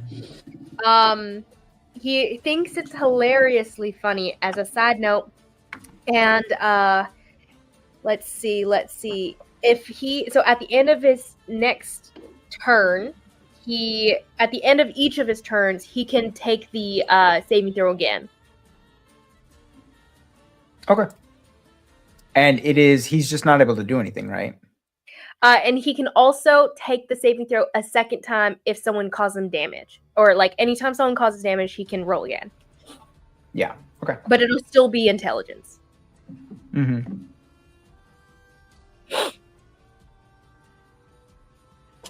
Okay.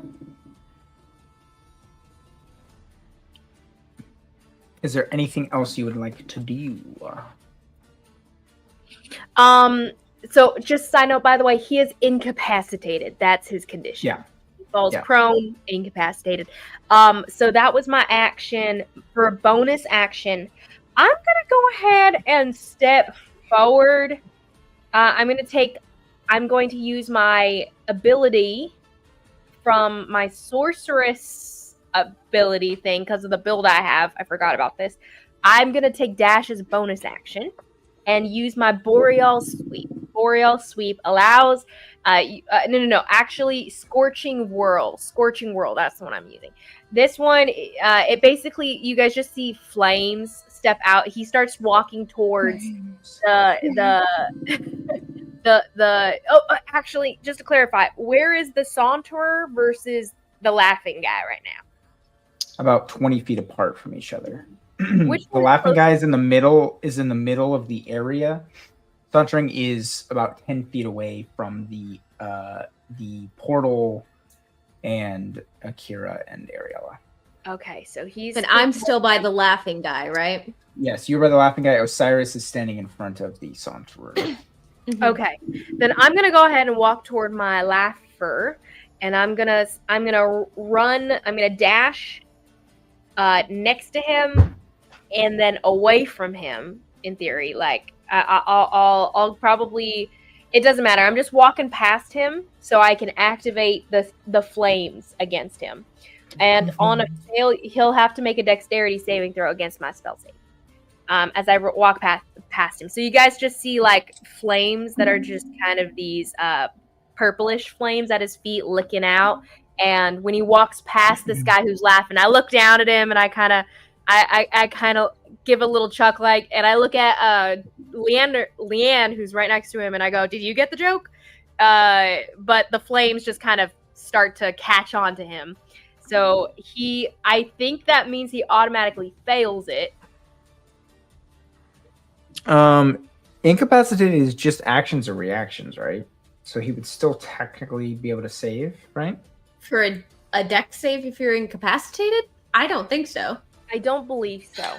No. It'll say in the description if what saves do and don't apply, so we can look it up if you want. But yeah, it would be best to look up the condition, sir. let me hold on. Let's see. I mean, all it says is that they can't take actions and reactions. It's kind of up to you, Dan, because like other ones like Deaf say they fail any ability check that requires hearing, or certain ones that you fail dexterity. I don't know. I would say on But it can't take reactions, so it's like yeah. For your information, DM, it does clarify in the spell that it's in a fit of laughter and it's unable to stand up for the duration. It's incapacitated and prone. It's up to you if you think it could roll out of the way. Yeah, I would say the fact that it's prone. Well, incapacitated. Purely up to you, sir. Whatever you think. Yeah, I don't know. That's a tough one. So the spell. So incapacitated is not what I'm looking at. The hideous laughter's other condition is becoming prone, and from that, I would say you would fail the dex save. So Fair enough. Perfect. Then I get to give him David. I love it. damage equal to my 1d4 plus my charisma mod. So I'll go ahead and roll that real fast. That's plus, so 4 points. 4 points of some fire damage looking at his heals. Nothing crazy, nothing crazy. But I'm gonna go ahead and saunter That's away. still great. He does get to retake the saving throw, but it's still intelligence. Intelligence, yep. And it's a -4, right? -4, yeah. Yes. Yep. He does not pay us. Woo! Get it, Damon.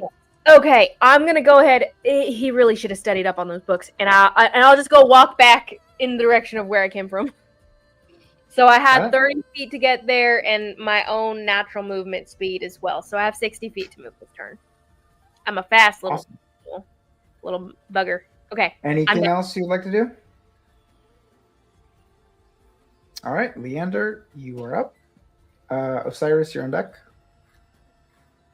You should really give the jokes a rest, Owen. Nobody really thinks they're funny. But they're so I'm well thought out. I created that one a long time ago, and it always kills at my old academy. That's the only thing about you that kills. And I'm gonna roll both of my attacks on this guy, so I get them at advantage. 'Cause If he's prone, yes. prone, yes. So 26 for the first one, and 17 for the second one. 17 is his AC, so we'll take half. The first one Alrighty. is full damage. Okay, so the first one is 11 points of slashing damage, and the second one is 10. Woo!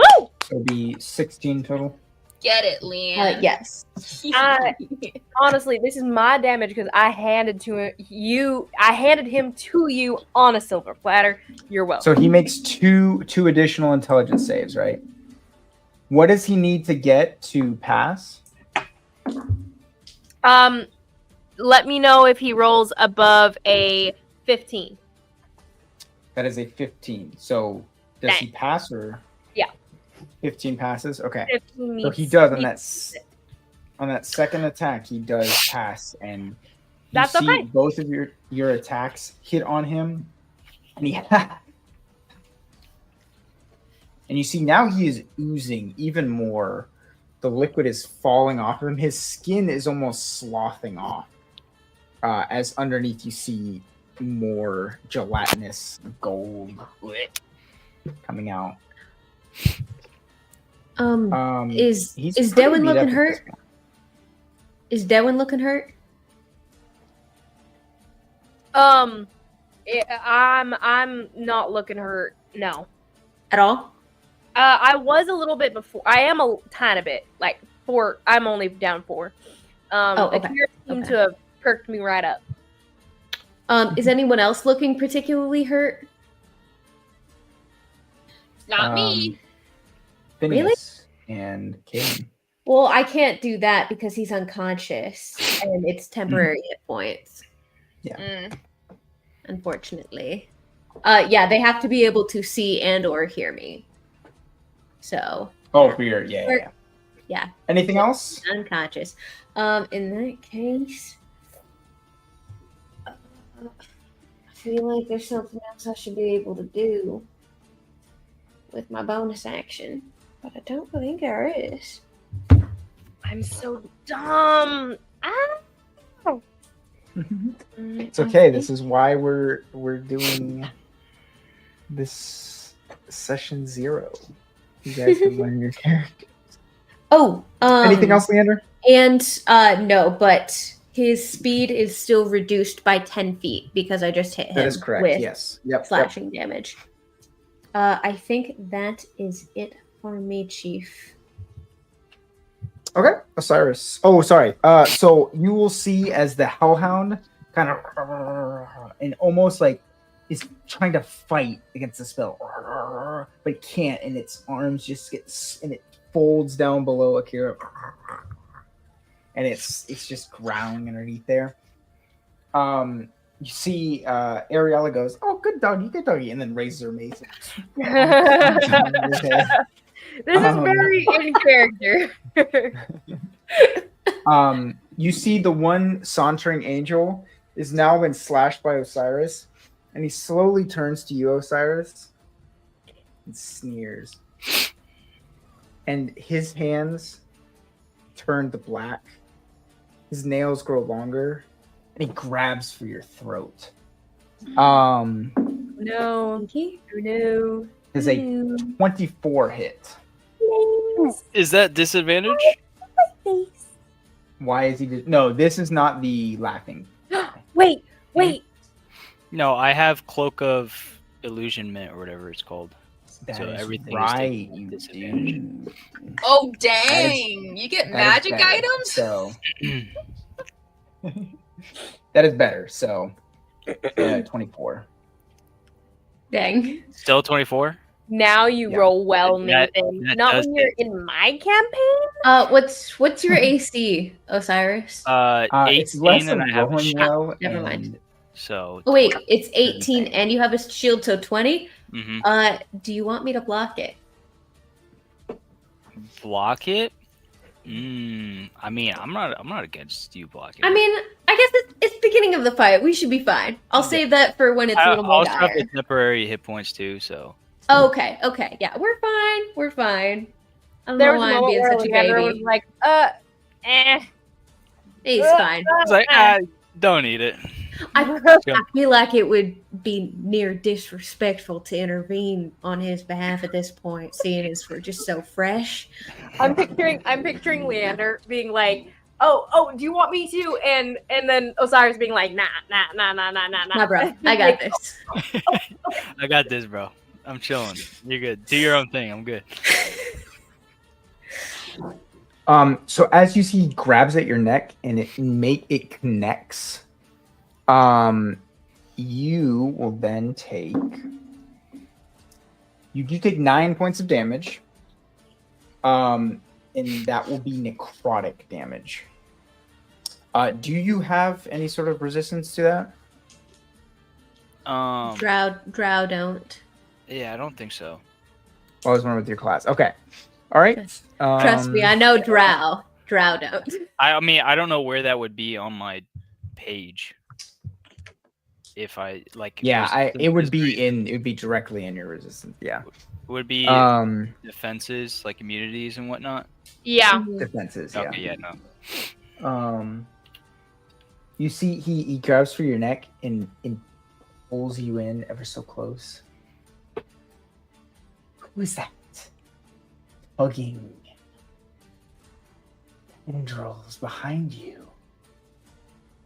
I know him. And he lets you go. And he turns back towards Ariella and Kira. What You did he see It sounded. as yeah, kinky. As he says that, can I laugh? Sure, And yeah. can I laugh and say, and then,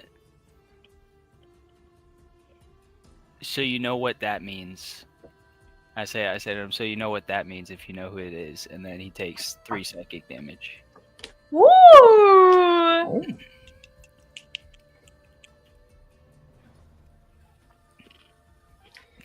Oh. He's turned away from you, and you say that, and he twitches when the damage hits him, and he turns back to you and says, "I'm not your father that you offer up as sacrifice. You are my sacrifice." And he looks you dead in the eyes. I just smile.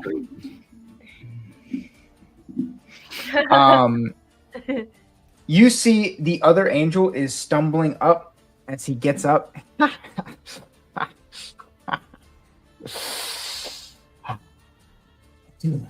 good laugh. And you see the blue aura that has been emanating off of his body almost seems to kind of envelop the other angel. And you see it kind of sticks to his skin and kind of gets absorbed in, and you see that the wound that was on the other angel's thing starts to seal up, and his skin starts to shift and correct itself, and he heals up a little bit.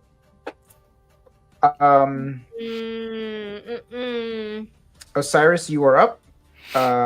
Ariel on deck. Akira, you are after.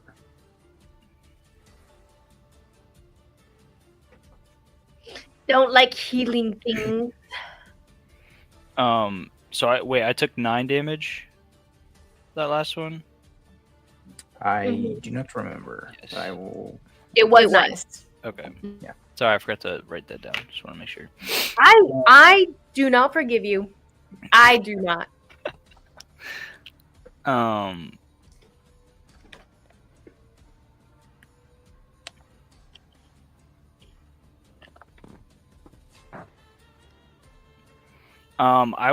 use Blood Curse of Binding on him. Got it. It has to succeed a strength saving throw. Strength saving throw. I'll amplify it as well if it hits.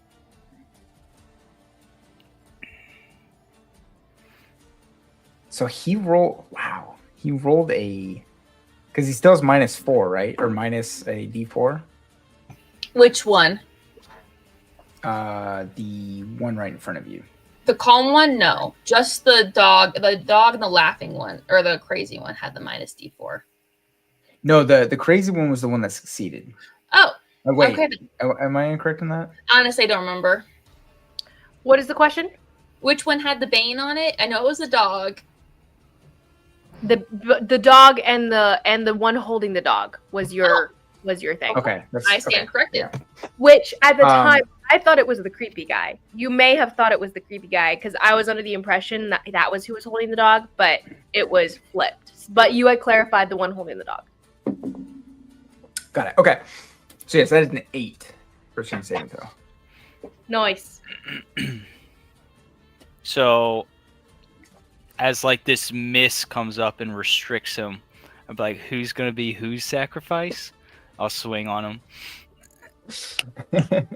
So what is the condition that you were? So, I amplified it, but I can bind him. It's like a grounding ability, Nathan. Yeah. So its speed is reduced to 0. Can't take reactions for, and I amplified it for a minute. Got it. Okay. And it can repeat a saving throw at the end of each of its turn to end the curse. Got it. Okay. So I swing at him. Ooh, 19 plus 7, 26. Points of damage? No, to hit. Oh, to hit, yes. Yes. So then.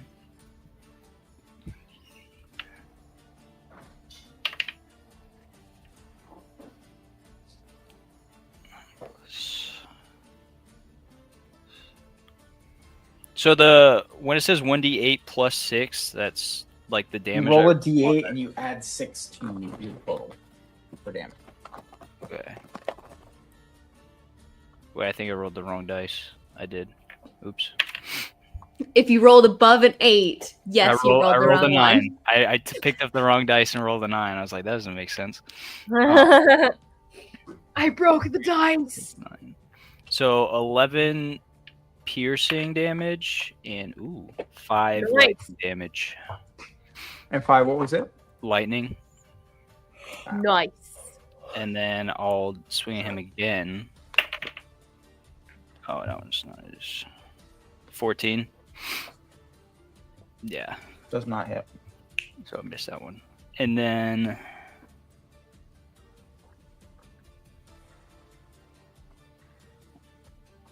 yeah, I think that's all I can do. So I'll end my turn.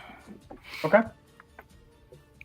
You see, as the mist rises and sustains him, he says, "You're cute.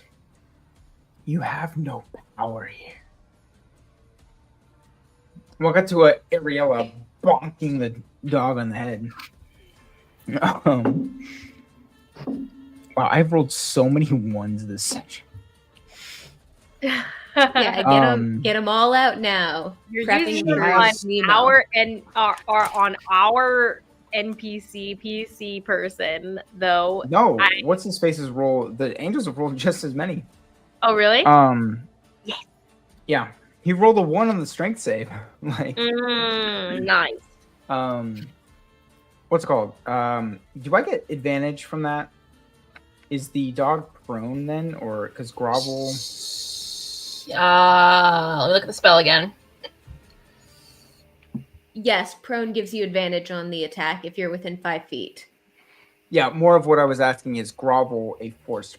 The target falls prone. Mm. Yeah. Okay. So she still rolled a 1 and a 3. Okay. Second one does connect. So she bonks him on the head.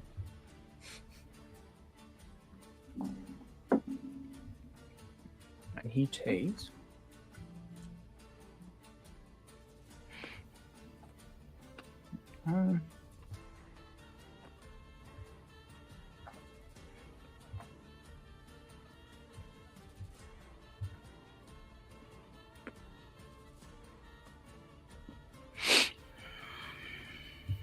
Okay, and then she's going to take a few steps back as Temmie is now starting to awake. And she's going to start petting him. And his horn begins to glow around him. And you see, as it glows, he kind of opens his eyes. And Ariella begins to glow as well. And you feel any mark on her body begins to dissipate and evaporate. And she I'd looks like to rejuvenated. clarify, I wasn't feeling her body up at all. I wouldn't know. I've got no idea what's going on. Why are you even talking about her body? In the I'm gonna first say, why did that? Who made you think you had to say that? Like, None of us were wondering, Leanne. Akira, your move. Devin, you're on deck. What are you eating, Nathan? Cookie dough. So dark. Just raw cookie dough? He all right, buy it for him. okay. Anyways, I bought. go ahead. I'm gonna use my bonus action to once again tell the dog to grovel. So I need another wisdom saving throw. Oh boy. Please fail. The dog just like, and you're like, no. Stay. Well, that's an 11. Okay, it grovels again. And then I will. And then I will use.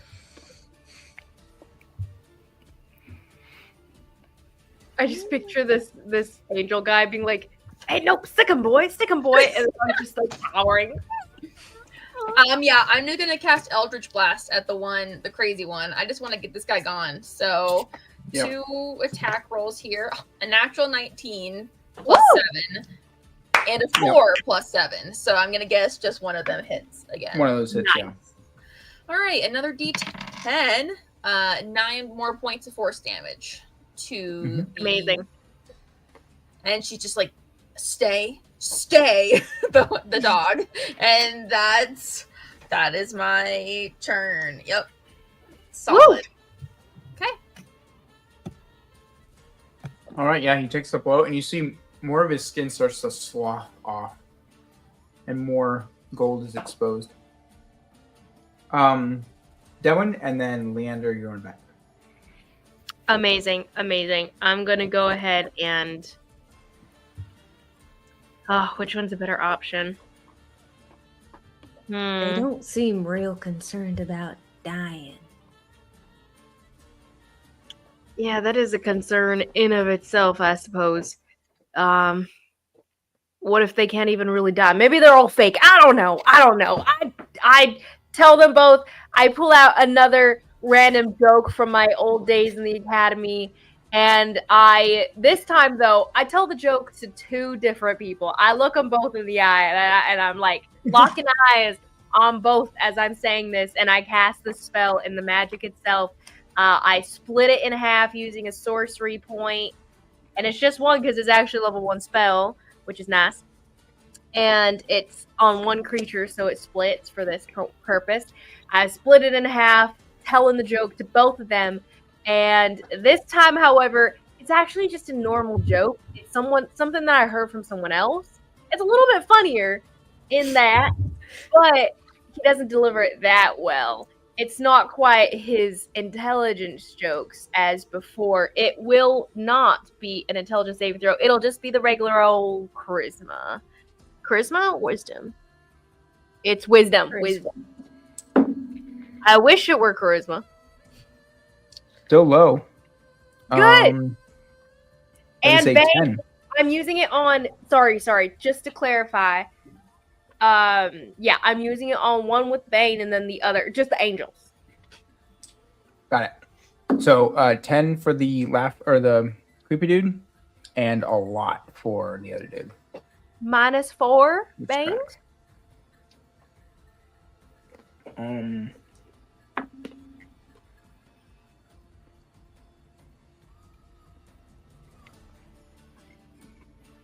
24. Dang. Without the Bane? Or with the Bane? Wild. Okay. Dang! It's okay. You got one of them. Okay, one of them thought it was funny. He That falls was to the one of ground my again. jokes. Yeah. I just kind of scoff to Leanne over my shoulder.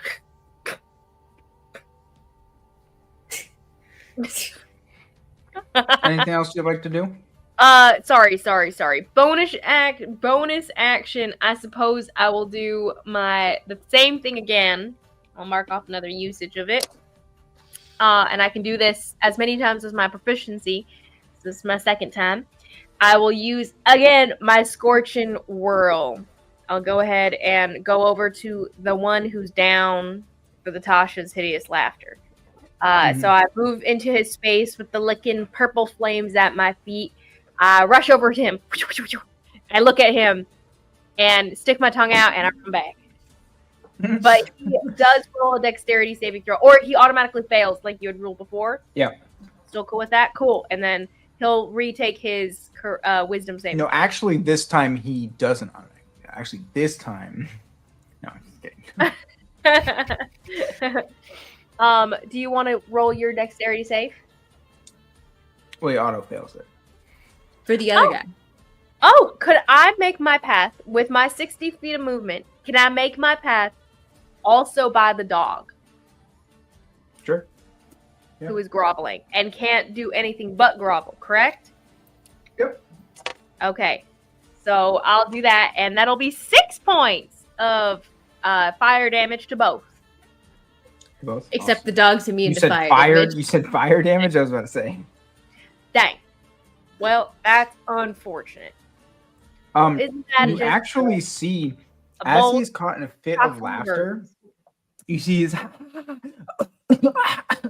almost comedically starts choking on his spit, and almost in like a bad actor's dying, like, oh, the horror, death. He begins like choking on his spit and like, oh, and like falls to the ground, and you see he actually like falls face down. And you see his skin actually starts like loses its rigidity, and he actually like exhales a breath of like death, and he actually goes down. You see I the aura. I inside check this. You see that, yeah. Inside. You see the aura, the blue aura kind of fades and dissipates. You see the gold ooze that's coming out of him seems to almost hemorrhage and clog, and it no longer pulsates as it did before. Insight check. You roll that insight check. What are you trying to ascertain? What do you believe at the moment? You think he's sussy? I don't Sussy know. baka? I don't know. I'm just wondering if he's faking. Yeah. Maybe I'm not the right person to do this. That's not bad. I have a -1 in my insight.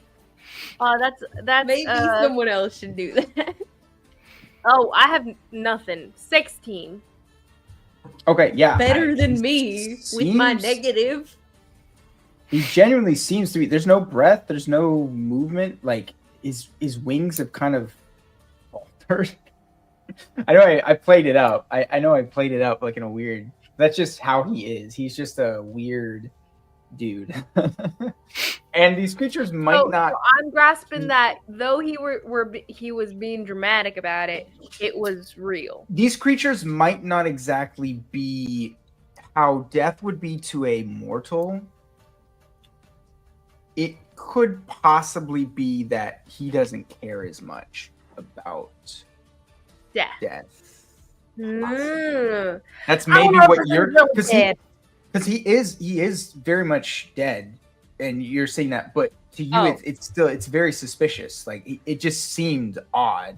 Like It does not seem all that offended by its death.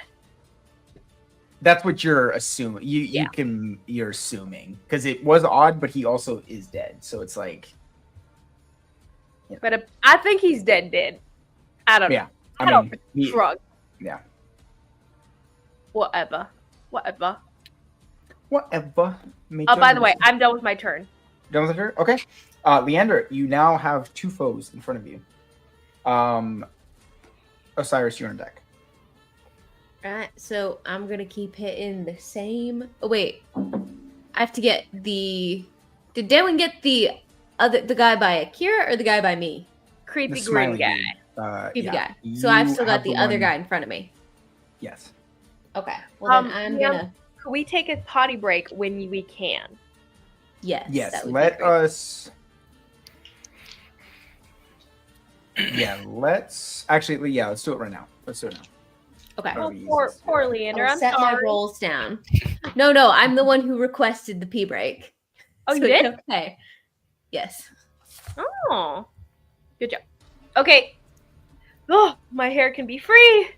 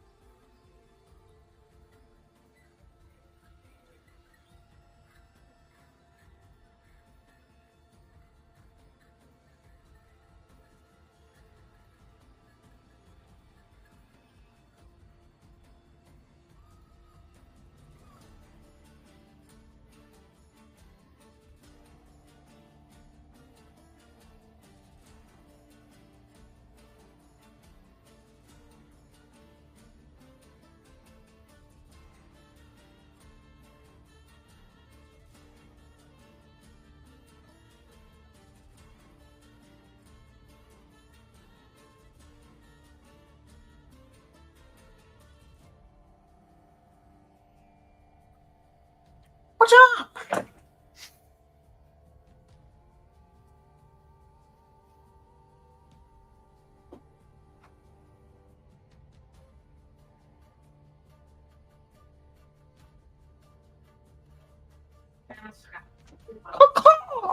You want cereal, Nathan?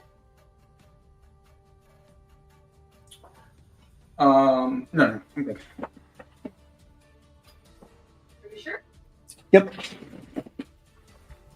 Um.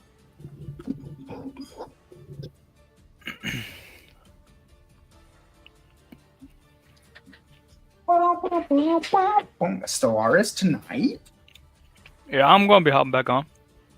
Yeah, dude, download it. Yeah, I just realized. Probably hold on. I got it's supposed to be like 8 hours long. What?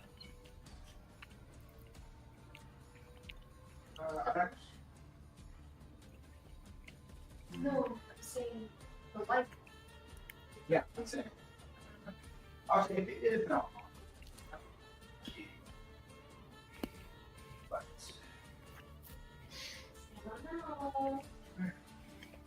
seven.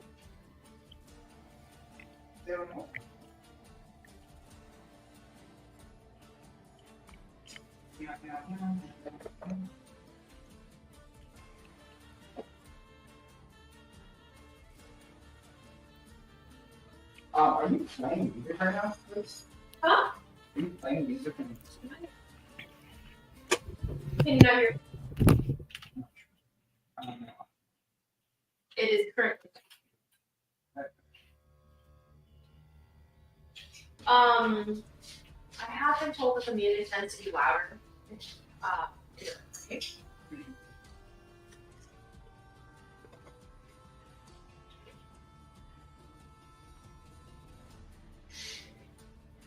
Took girl.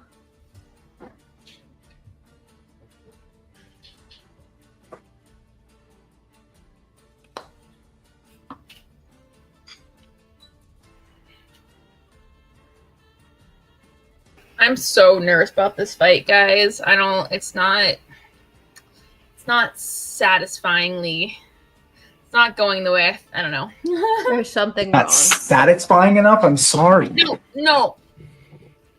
Nathan, it's unsettling is what I'm trying to say. I'll satisfy your bloodlust. I was not sure where that sentence was going. I don't like it regardless. I need a sweater, but I can still hear. I It think was my my cells are being All wasted. right. I'm having a grand time, Nathan. Don't worry about it. Hopping back in Leander.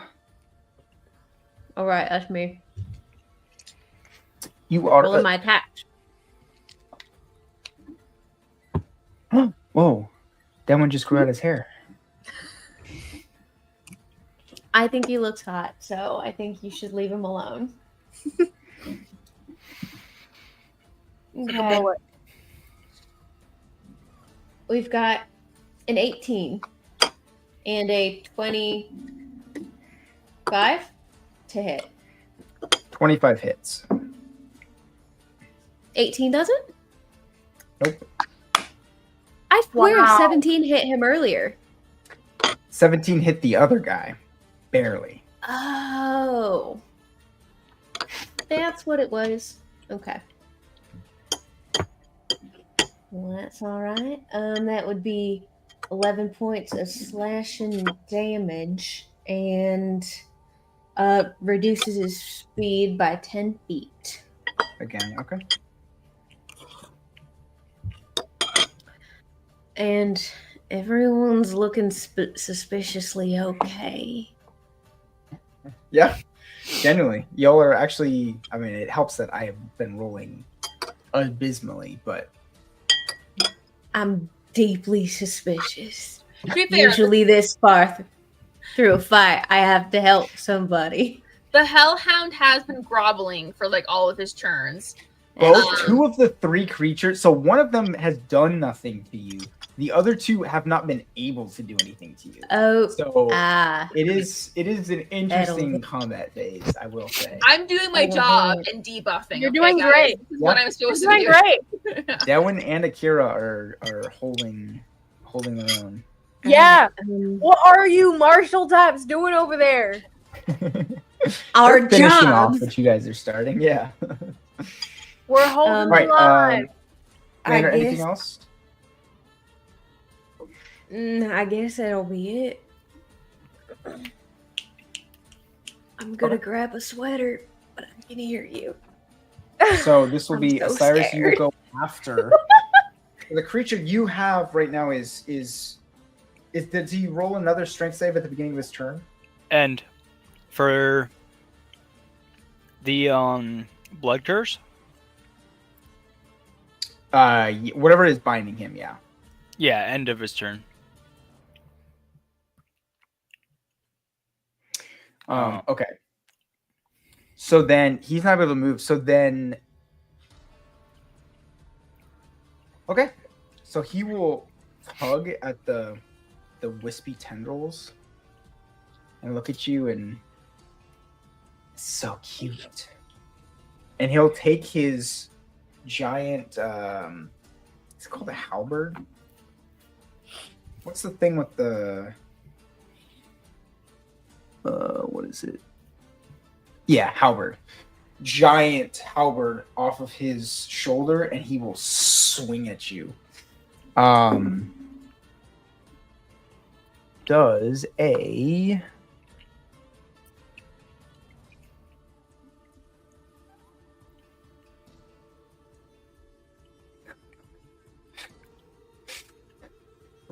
does a 28 hit? That was with disadvantage, bro. Oh, with disadvantage. Sorry. Oh, Does a dirty 20 hit? I have 20 AC. Your AC, so you Rough. take half damage. Okay. So then that will be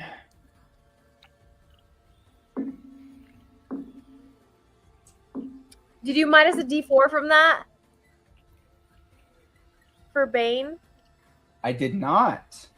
So that would be a 16. Does a 16 hit? Then Oh, no. did you roll the D4? You roll Okay. the d4? You roll the D4. Well, and he's at 20, so anything lower than a. That's fair, I guess. But I anything was lower saying you would said be- it's 16. Sorry, I said in my head I knew. Yeah, sorry. I was calculating 5 things at the same time. You're Yeah, so he actually misses. He's kind of, you see as he swings, his arm gets caught up in one of the tendrils he's holding him, and it arcs his swing just enough for you to be able to dodge out of the way. And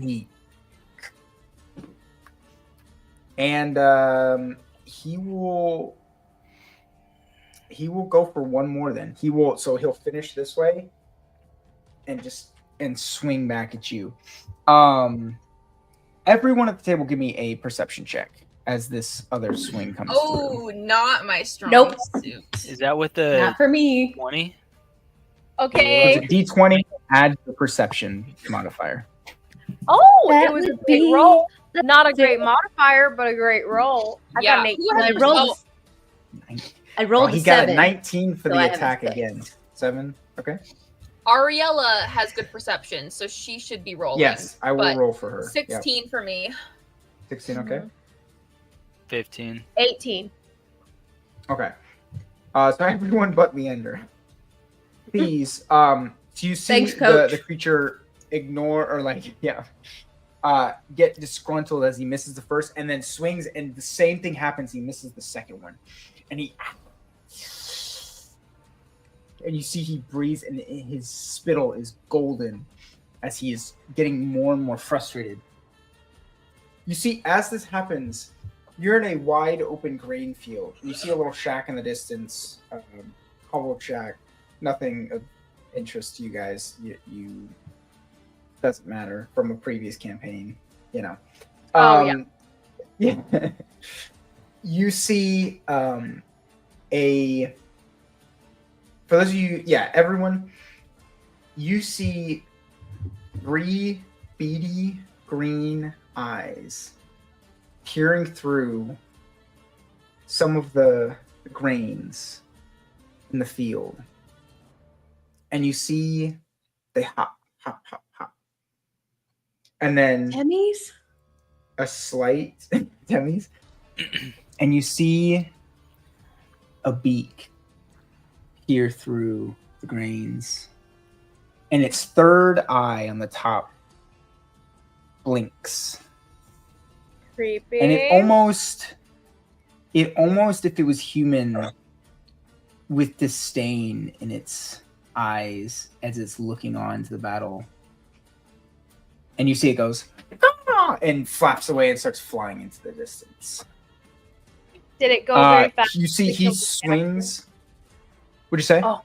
Go ahead. He swings again and misses, and at this point you see with him he grunts, and you see the raven scoffing at this scene and scatters off away.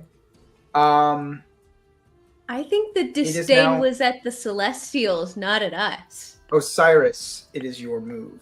Yeah, I was thinking the same thing. So I'm gonna say to him, "Yeah, I'm cute, but who's getting scoffed at by a raven?" As I swing again. Oh, this one was I think you should have to take a D4 of psychic damage for that roast. Oh, he does have to for attacking Osiris. That's damage. Aw. When he deals just- damage. 4 damage, He right? missed- he missed twice. healed. hmm Yeah, he missed twice. Dang. Yeah. Well, I don't even know if I should dignify that with a does it hit, but Is that with good or the- bad? It was a 9, and I have a Oh. 7 modifier. So Oh, yeah. Woo! Oh, never mind. no, I rolled a 2. I'll swing again. Oh, Oh, a 9. a 9 total. Mhm. This one not much better. Well, 11 16 wouldn't have done it either. total. 11, nope. Yeah. This Um, guy is a pretty fast, powerful guy. It's okay. We got this, guys. We got this. It's not like he's doing something bad or anything either. Can you turn the music back on? Having it and then not having it. It's disconcerting now. See, Aaron heard it. I don't know why it I stopped. did hear it. And I'm done. Okay. Ariella's turn, and you she hear now? will. No. Can no one hear it? I can hear music. No. none of us can. How about now? It's like a little too loud for me now. Yeah, it's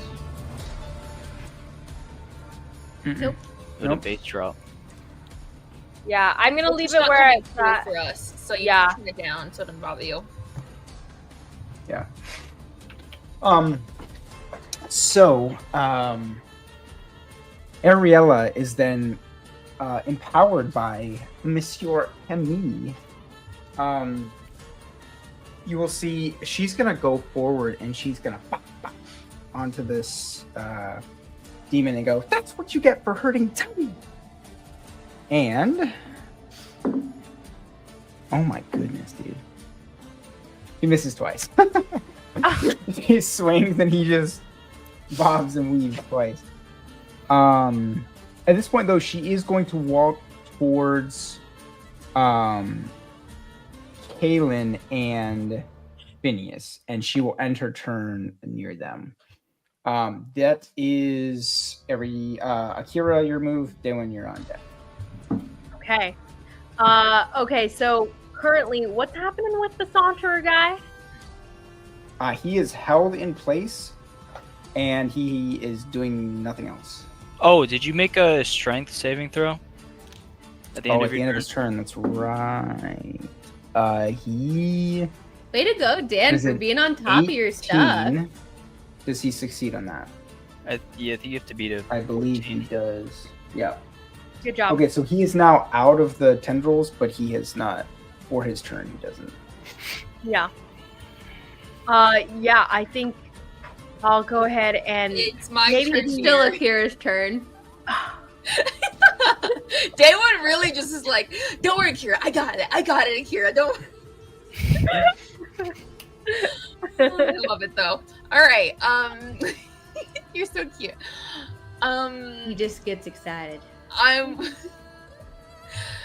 So does Ariella. It's fine. I'm going to have the dog grovel again. So this is repetitive, but it's working. So, wisdom saving throw from the dog, please.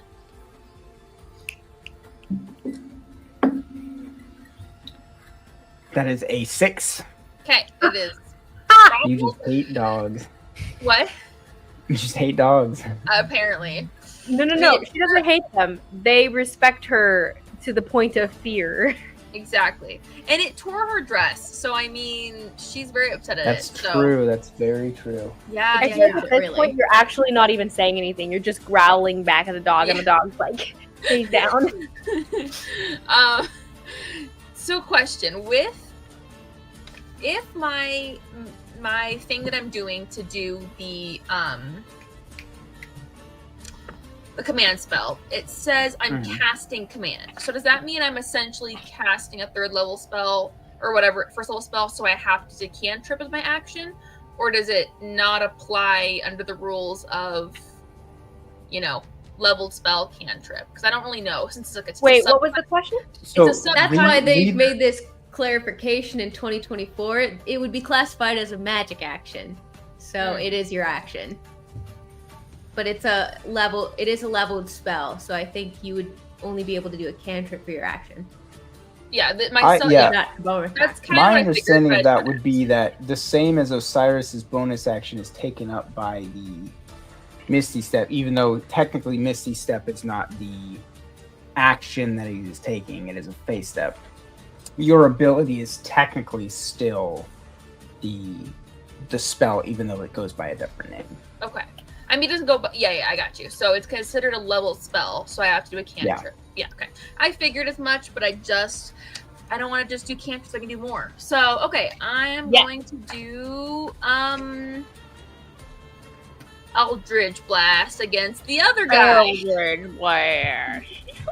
Actually, you're not doing too bad. Osiris has actually got him. I'm going to back up a step a little bit from this dog, and I'm gonna do it against him. I want to get him off the field. So Can I pet that dog? Can I pet that dog? 17 and a 22 to hit. To the 22 dog. hits. Oh, to the dog? Sorry. dog. Both hit. Both hit. Yeah. Can I Yeah. pet that dog? That would be an advantage. Did you roll for advantage? Oh, I did not, because that could be a dirty 20. Not 20. Nope, wasn't. Neither of them were better. A 4 and a 9. So Dang. 13 points of. Sorry, that was my damage. 13 points Yeah. of force Which- damage to 13 him. force. Okay. And that's my bonus action and action. So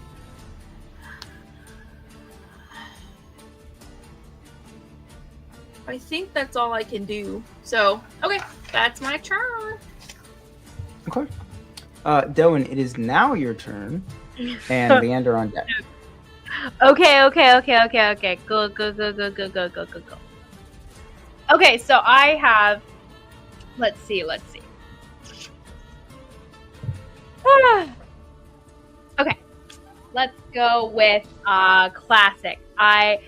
Delwyn looks over. Osiris, you've been doing lightning damage, right? For your blood, right? Mm-hmm. There's this look of like lightning that crackles, like from your sword whenever you're striking, right? Mm-hmm. Okay, yeah. So the spark that's from Osiris's sword, Delwyn goes ahead and holds out a hand, and it looks like he kind of drags it off of your sword and crackles off your body until there's a little ball of lightning that's just crackling there until it gets larger and larger and larger, and he casts sphere of what's it called? Flaming sphere, except he twists it a little bit, and when he casts the spell, he changes the format of the spell itself, the arcane sigils, and he twists it. He makes it lightning instead of flame. Nice. He alters Mhm. its core. So he uses lightning sphere. It will now do 2d6 of lightning damage when you try to jump, but you will still have a dexterity saving throw to try to get out of the way, as long as it ends in that space. And I can move it up to 30 feet. So I'll cast it up to 60 feet away. So I casted it right next to the dog. And how far is You the could hit- saunter You from could the hit dog? both of them if you would like. Okay, I would love to do. That's the intention. I'll start with the dog. No. Can I? Oh no, that is. It's actually going to be a choice. How far are they from each other right now? Like 5 feet, basically. 5 feet. Okay. Yes. So I'll start it within the space of the dog, and I'll roll it to the saunterer. So it'll start next to the dog, roll to the saunterer, but once it rolls to the saunterer to slam into him, its movement will end. Because once it slams into someone, its movement ends. So I'll cast it in the space of the dog. You know what? I think it's still gonna have to be a choice. So yeah, it'll ram the angel. We'll just stick with that. The dog's down and not really doing anything. Okay. So it starts, rolls into the angel, and the lightning itself, looking at its angelic form. I will go ahead. Oh, you roll a dexterity saving throw. He'll probably pass, but he has bait.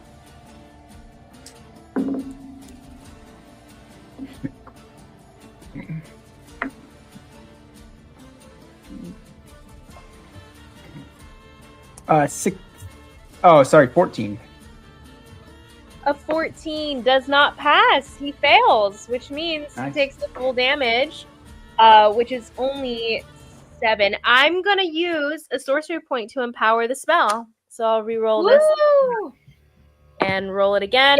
Get it, Daywin. Remember, sucks. Well, I'll re-roll the other one. No, wait. I think I rolled the highest. No, I rolled up. Yeah, yeah, that's fine. I'll stick with what I got. And that's gonna be 7. That's gonna be 7 points of lightning damage. Okay. But it'll stay in his space, and if he ends his turn next to it, he'll get damaged again. Gets it as well. Okay. Nice wombo combo with Osiris. Nice. Yeah. Anything else you're doing? Is being built. Anything else you're doing? Oh, nope. That's it. Leander, you're up. Osiris and Right. Have you always been able to do this useful of stuff, and you've just been holding out? He is I hold selectively out on beneficial. a lot of stuff. I don't share everything with you. Attacking this fella, I suppose. You don't know me. They do call him selectively beneficial for a reason. I prefer selectively effective. That'll be 23 and dirty 20 to hit. So 23 hits, 20 does not.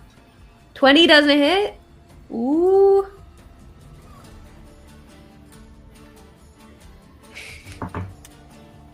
Alright. So, Do I want to? Yeah, I'll add it. I'm gonna add a distracting strike to this, and that'll be adding the down to the damage roll. It'll be 11, 15 points of damage, slashing. His speed is reduced by 10 feet, and the next attack on him has advantage. Leander, how would you like to do this? Yes! Well, that was a superiority die wasted. Well, Well, to be fair, I don't think you would have gone to the threshold if you had not. Oh, okay, fair. All right. I think after the small exchange with Darwin, he just kind of scoffs and rolls his eyes and actually chucks his shield to Darwin to go for a two-handed full force attack to ideally, if he could reach, decapitate the creature. Okay. I actually catch the shield and I don't fumble and drop it. Sad note. Well, as soon as Leander hits the ground and opens his hand, the shield comes back to his hand. Why'd you throw it to me? Captain America. Oh I yeah. thought it would be funny. I thought it would be funny, and you'd fall on your backside. And I was right. You were not right. He's like kind of lopsided, like pulled forward as he tried to hold on to it as it yanked out of his hands. So as you go, you toss your shield and you go for this two-handed strike. He looks one last time at Osiris and then takes the blow head on. And you see it comes into his neck and it almost glitches. It almost feels like it like lags as it's trying to go through his neck, and then it clean through, and his head just. As soon as this happens, immediately his body begins to deteriorate and disintegrate.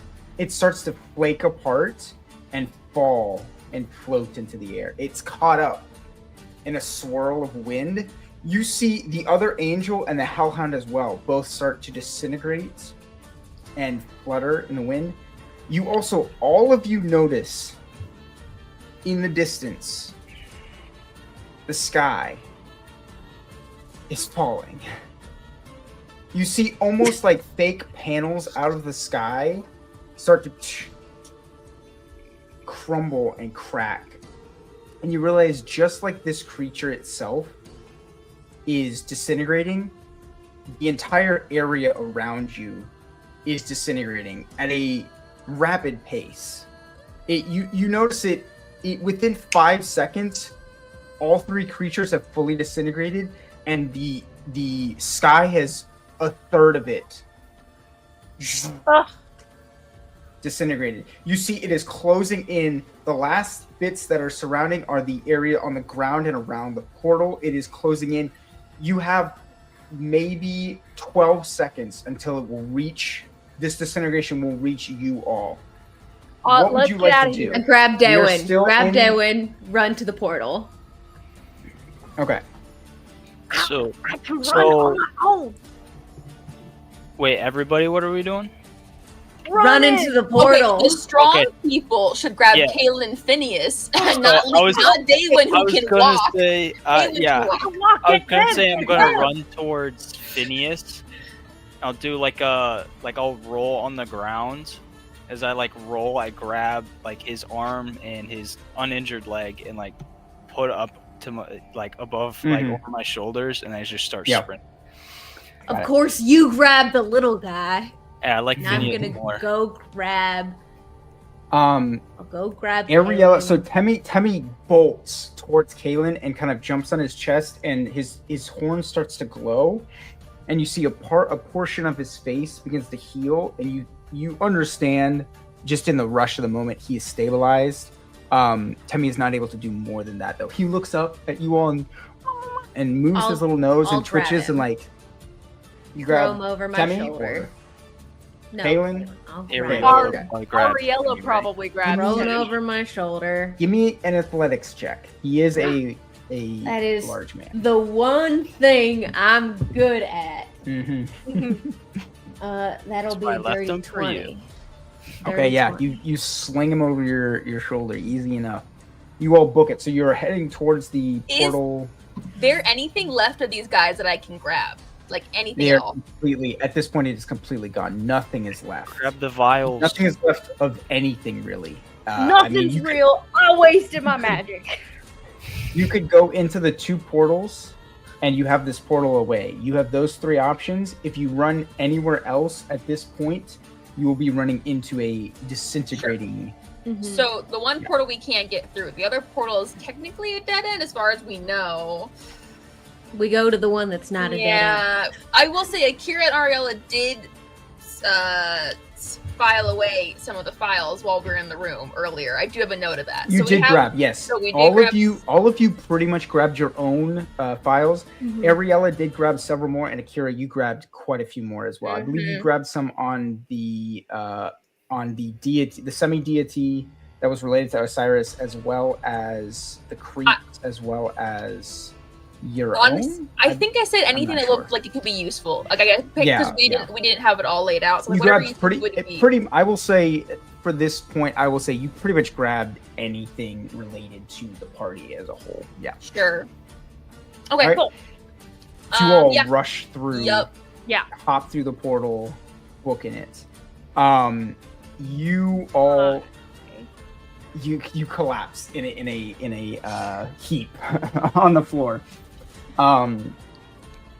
You are back in the little cubby hole. What's it called? Little hideaway. Scroll room. Cave, yeah. The scroll room. And no. The underground oh, the cave. yeah. The cave bit. hideaway. Right, yes. right. The little cave bit. You see in this moment, it has been cleared out. There's nothing left in this hideaway. It is completely empty. It is an empty cave that has been carved out, and there's a stairway leading up. There's nothing left. I took the journal. Oh, I thought I took the journal, but Oh, either way, I know of- one of us took the journal. I knew one Mm-hmm. of us did. I was particularly interested in his findings. Or my. Yep. None of your business. Do you want to double check and see if that journal is still with you? Do you have it written down, Akira?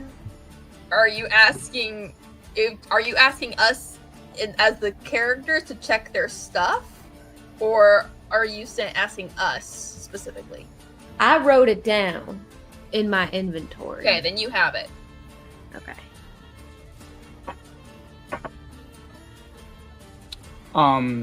Who was it that had in their inventory? Sorry. I had it written down. Okay. You check your belongings. It is no longer there. Oh,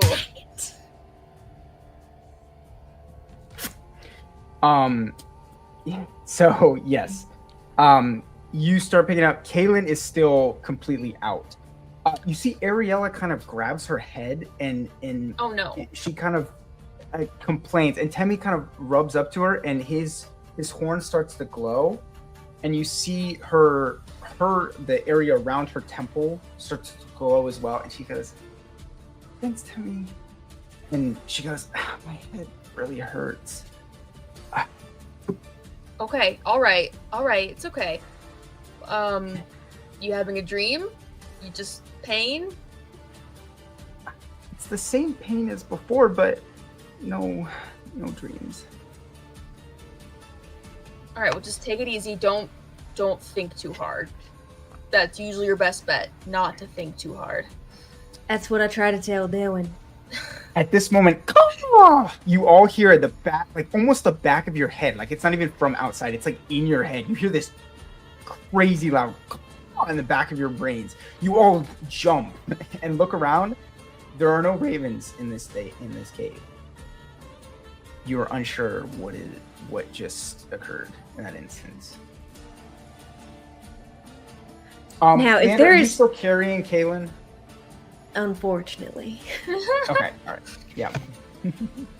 Now, if there's anything that any of you have been holding back, that seems like it might be pertinent information, now would be the time to bring it up. Anything anybody's been holding back? Looking at Osiris. What are you talking about? Looking at Osiris and Dylan specifically. Oh, I can hear the music now. What? I can hear the music Wait, yeah. now. I just got You hear music too. Yeah. Everybody I cut out. can never hear the music though, so it's fine.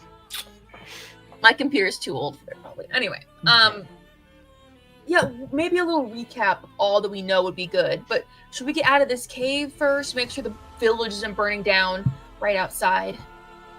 I'd rather not stay in the cave with a mysterious caw We go a sound little bit with lower. no bird. Lower. Yeah, Ariella starts moving with Temmie towards the staircase. Ari, could you heal Kalen a little bit? He's probably, I mean, You see, he's already been healed. Mm. Temmie did heal him. He has, like, for meta knowledge, he has hit points in his system, but he took serious amounts of damage, so he is Sure. still in an unconscious state. oh, okay, I got you. Okay. Same with Phineas. So we'll say Temmie and Ariella together heal him. So his leg is no longer like dangling off of his body, but he is still in a traumatized. Like if you guys evaluated for a second, you would realize they both have suffered severe trauma, and so Yeah. they're kind of still in there. So she gets to the staircase. Are you all following, or are you observing the room a little more, or how would you like to proceed? Yeah, I'd I'm like- going. Does the room look different from when we came in? Everything's gone. Could I take Not a look really. around? It's just gone. Yeah. Sure. take Yeah. a I look mean, around? you don't even need a Anything? perception check. It's just an empty room. At this point, everyone give me a perception check. Leander at advantage. Okay. Which is great because my perception sucks. Wow. I rolled a natural 19, so a dirty 20. I rolled a natural 18, so 17. 14. 14. Okay. Leander, your ever so faithful servant is missing. As is the portal that was behind you. Neither object or person are still with you. Wait, Daywin's gone? That one is gone. He immediately drops Kaylin. Kaylin, ugh. You said you were running with us. I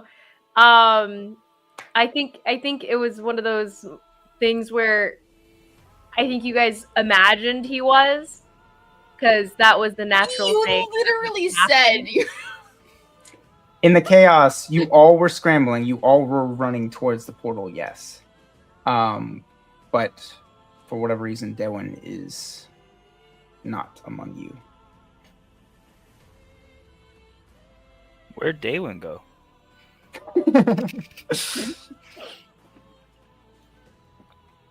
Oh, and Ariella's gonna go over to the wall and like pat it and like get on it and we can't go through again.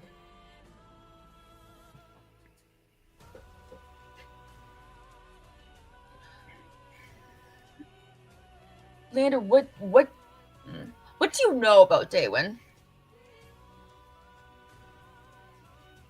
He's just a servant. I know my mother took a liking to him after I saved my life from an assassination attempt a few months back. Because it I don't- is odd that there's nothing on him in these files when there is the rest of us. What do you mean there's nothing on him? There were no files on Dewin. There was no there were- mention of his name. No, There was Aaron nothing. knows that. Okay, yeah. Aaron knows that. There's no mention of him, no files, nothing. Well, there is a somewhat extensive dossier on the rest of us. It's like No, he my- doesn't exist. No, my mother's. You've never met her, but she has a certain kind of sense about these kinds of things. She wouldn't have hired him. Nevertheless, put him on my personal detail unless he was trustworthy. Or he's really good at conning people.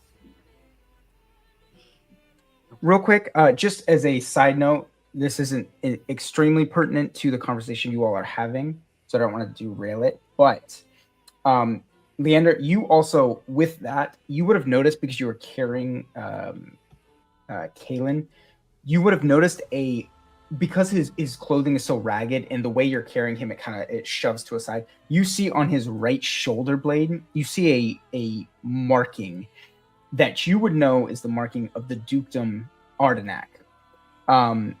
It is a scorched in mark for a. They're kind of slaves. It's kind of a wishy-washy, whatever. But you would have recollection of this. And you would know... you don't really know much about this dukedom, but you know that is the signet of that. You said Dukin? Yeah, sorry. Dukedom. Dukedom. Kingdom, Ardenac. like a kingdom. But Oh, with a dukedom duke of over who? it. Yeah. Ardenac. Ardenac. Interesting. Are Okay. they particularly friendly or unfriendly towards Catharans? The Duke is not necessarily the friendliest guy. He does have a very, very extensive network of magicians, and he has a large standing army. He is a very powerful Duke. And he has slowly amassed, wealth and fame and different things, specifically for his knack for developing magical talent and Does he have an academy? he does, yes.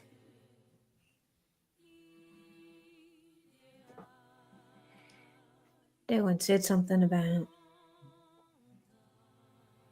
the joke he learned in academy.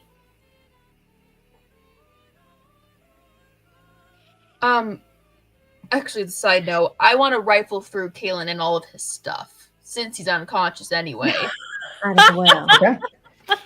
I didn't get anything from there, so I better get something from him.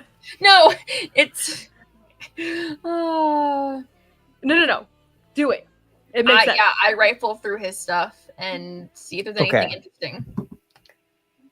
I have to find his stuff. So let me get this straight. The closest individual you had in your life, you don't know anything about. I wouldn't call him the closest individual of my life. He was He's my always with servant. Meaning he's always with you. But, you know, Yeah, he's but- the help, so he's too low to be noticed kind of situation. No, it's not that. It's just that he never talked about his life before coming to work for me. I'd asked about it, but he got kind of cagey about it.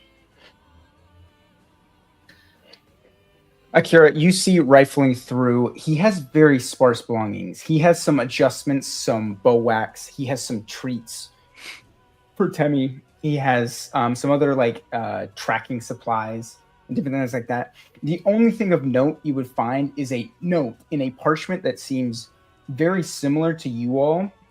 It is a very common sort of parchment, but it is the same parchment that was used to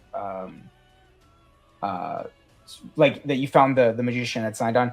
This doesn't really mean anything, as if this paper is the parchment. It's not like a special type of parchment. It's very common, but you feeling it do recognize it as the same. And you see written out just details of the meetup, the people that are going to be there, including all of y'all's names, Folly, and just like the rough details of the Just Folly or Sean too? just Folly. Folly is the meetup connection. He is put on there, and then the party. It has all of. Whereas the thing of note you'll take out of this is everyone else was in the dark of who they were meeting and all those things. Kalen seems to have names and details of, not necessarily details of you all, but knew everyone that was going to be in the party. Excluding Daewin. He doesn't have Damon's name written down? Daewin is not written down, no. Leander, I really hate to say it. I don't think Daewin... No, he just got caught behind in the portal, and I'm sure he's fine. And he's now... At this moment, you eviscerated? hear scuffling up above, and you No, he's hear fine. you hear a gentleman. You hear Oswald calling down. Oh, hello. Are you all down there? You'll hear more scurrying, and you see him and another woman you don't recognize is coming up. Oh, thank goodness! You all did it! And he comes over and he gives you a big hug, Leander. Huh? You see, he hugs you all, and he gives you all big kisses, and he's thank you. And he starts crying, like he is weeping. And he's like, come out. Oh, we must celebrate. And he starts dragging you. And Ariel, all right, hold on. No, not What did not we until do? I find Darwin. Darwin? Oh yes. Well, where is he? I'd like to find out. I'm sorry, what are you thanking us for? Why getting rid of them? You should come outside and see. Getting You rid knew of they what? were there? Oh, what was that? Getting rid of who? I'm sorry, can you be a little more specific, please? The Baylor. Oh, All right, I will head up Thank to you, the sir. surface. I'm like, what is he talking about? The Baylor. We got rid of the Baylor. That doesn't make any sense. You see, he's thank you. Yes, come along. And Ariel is like, party. Liz is trying so hard to have a poker face and it's stressing me out.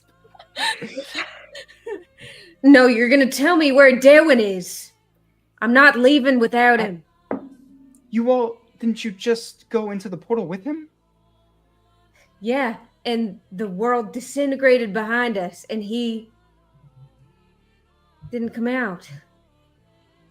Well, if your friend disintegrated, I'm sorry, but that No, he didn't. I'm sure that something just happened. Darwin wouldn't get stuck like that. He's got talents and maybe good with he's the already magic and- outside. Maybe he made it out. Okay, so when we get out of the cave, is there anything that looks different? Like, who is he referring to?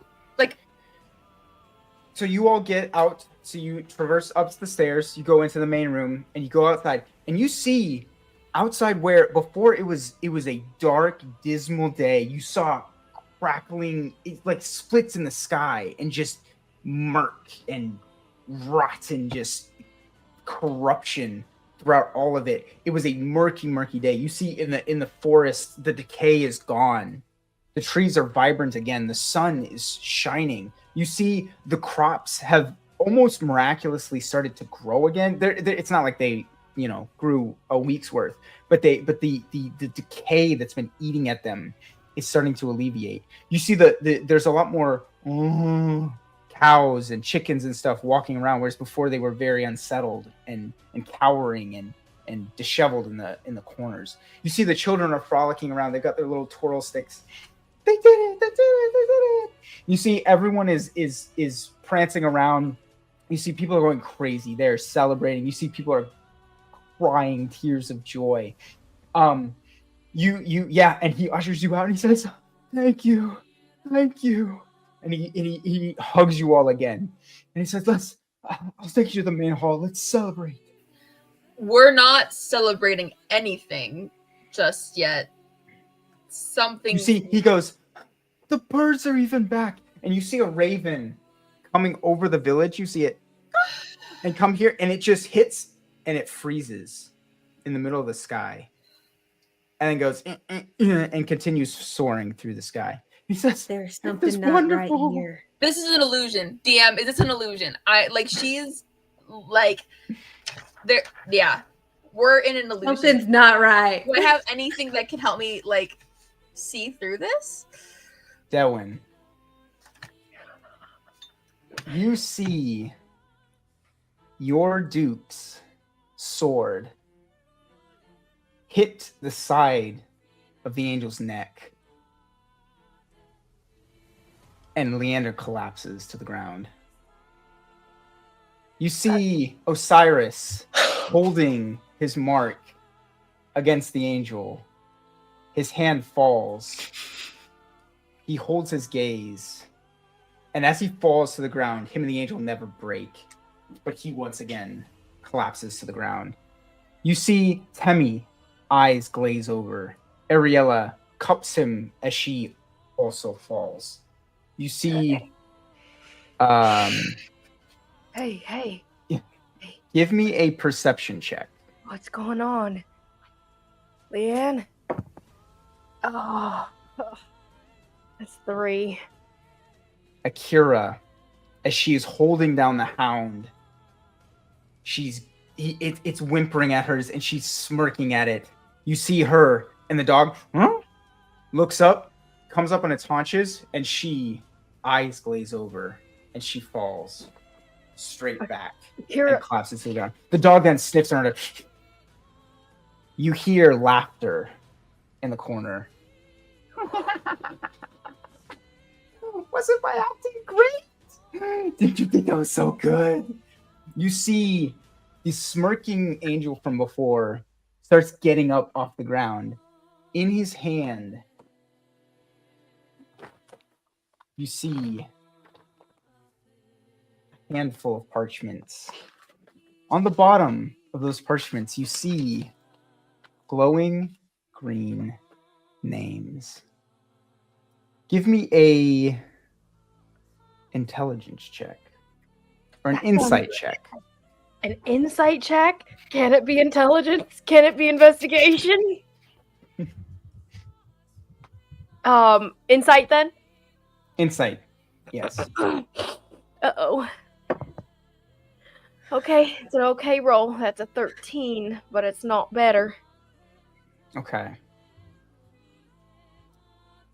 He says as he's gripping these, he goes, maybe kids can be useful. In that moment, you try to think, what could that possibly have meant? Kids. You hate kids. You hate when they get near you. You hate when they do anything to you.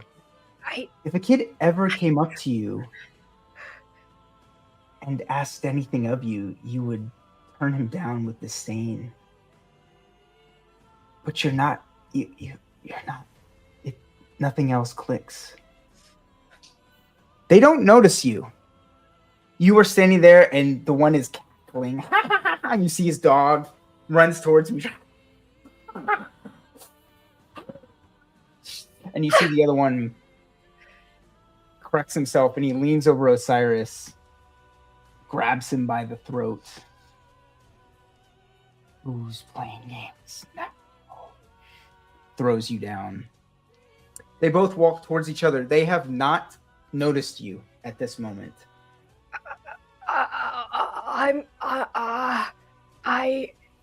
Can I walk over to Leander, who's on the ground?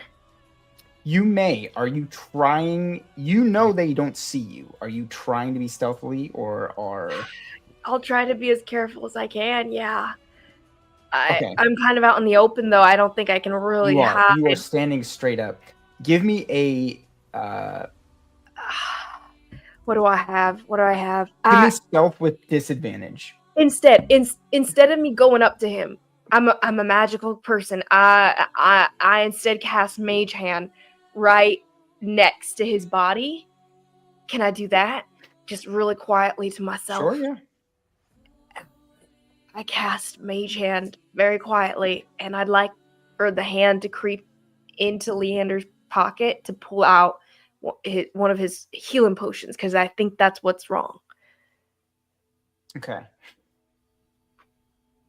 This would be subtle enough you won't need to roll, but still give me a stealth check. This is a straight roll. This will not be a disadvantage. Okay. It's at disadvantage, you say? No, it is a straight roll. If you had been moving around, it would have been a disadvantage, but right now it's a straight roll. Okay. They are distracted. They are not. Okay. It's not good. That's an 8. Okay. Oh my goodness. They do not see you. you oh my goodness. Okay, so So yeah, you can go ahead. You can pick his pockets. Okay. I accidentally jingled the little potion together and I freeze and I'm like, but I You see assume that the collar on the hellhound jingles at the exact same moment as the other one, and over. and I continue doing and I pull out a healing potion and using the hand, it drifts over to his mouth and I pull off the cork with one of the thumbs with its thumb and pop it into his mouth. Okay, roll me the healing for that. Okay. I don't know if this will help you. Oh no.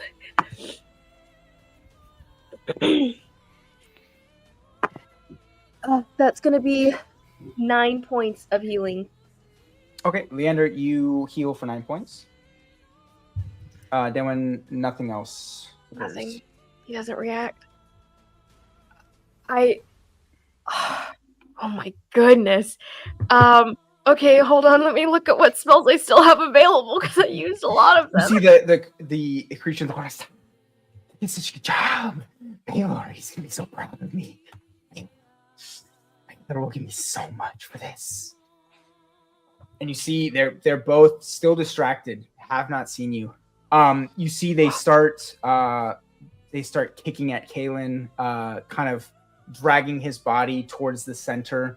You see they'll travel over to where were you? You were on that side. So they would travel towards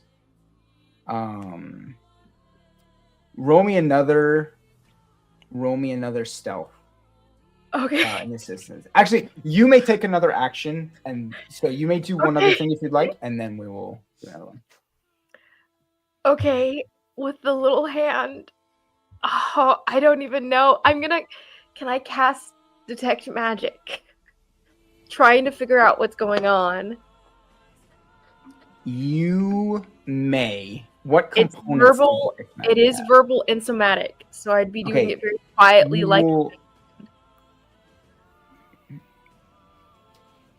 it's the same. If you cast this, you can roll for stealth at disadvantage. It will be very unlikely that you avoid detection in this instant if you cast this spell. I will. Oh crap! I will try to be inconspicuous Dewen instead and wait till they walk away. You see in this moment, if you are still standing, they are beginning to collect and drag bodies towards the center. They're starting to collect the bodies. They're like grabbing them towards us. Yes. Okay, so then there's no point. You can do whatever you'd like. Oh my gosh. I have no idea what to do. Instead, I'm gonna okay. So what direction are they moving in? Are they moving towards the portal that's still apparent in existence, They're right? dragging people towards the center of the clearing. They're not really going in a specific direction, yeah. Okay. They've grabbed Osiris, they've grabbed Kalen, they've grabbed Phineas, and they've put them in a pile, basically, in the middle. Okay. So who's closest to the exit portal? Right now, no one. The closest people were put in the pile. So now they technically are. You were closer towards the study portal. Unfortunate. Okay, so they're dragging people toward the center of the clearing. Is it possible? Okay. Minor illusion is somatic and material components, not verbal, so it wouldn't be loud. It would just be me in the corner. Okay. Can I create a minor illusion of a sound coming in a direction opposite from me to draw their attention away from me? Sure, absolutely. And therefore give me some room to maneuver. And in theory, the goal will be to drag someone who's closest to me through the study, probably, to disappear with them for the moment. One of my friend's bodies here. I don't think I could drag Leander, though, so I think I'm aiming for Akira. who in my I mind was by the portal. If I haven't been moved, that's was what I right that's what I was there. thinking. That's very You were close. right near this portal. You are intelligent to not know that if you drag a body out, they will definitely notice. You will have an amount of time before they do, but it will definitely be like they're collecting everyone up, so they would notice if someone was missing. Okay. But if you would like to make the sound, you may go ahead and roll for that. Okay. It's a cantrip, so it's not Oh, sorry. Yeah, you can do if you would like to continue with that, then by all means. mhm. So in essence it'll just sound like I'll make it sound like what kind of sound? It'll be a scream behind them that says help. Just a sound like my voice, actually. That just sounds like no, it'll sound like Leander. It'll just sound like his name. Leander! From behind them, away from me, to draw them towards probably the shack. Okay. Absolutely. Okay, so you do this scream. It calls out, and they both snap towards the sound, and then look at each other. Look down at the bodies. Are you doing anything else in case? Yeah, I would say once I send the scream, I'd run to try to drag Akira into the portal with me. I don't know if this is the right idea. I will say you have one move. You have one turn before they will look back. Okay. You may attempt to drag her. It will be an athletics check. It will be very high DC, but it is possible. If that's what you like to do, go ahead and roll. I don't know what better to do. I'm gonna go ahead and use my ability to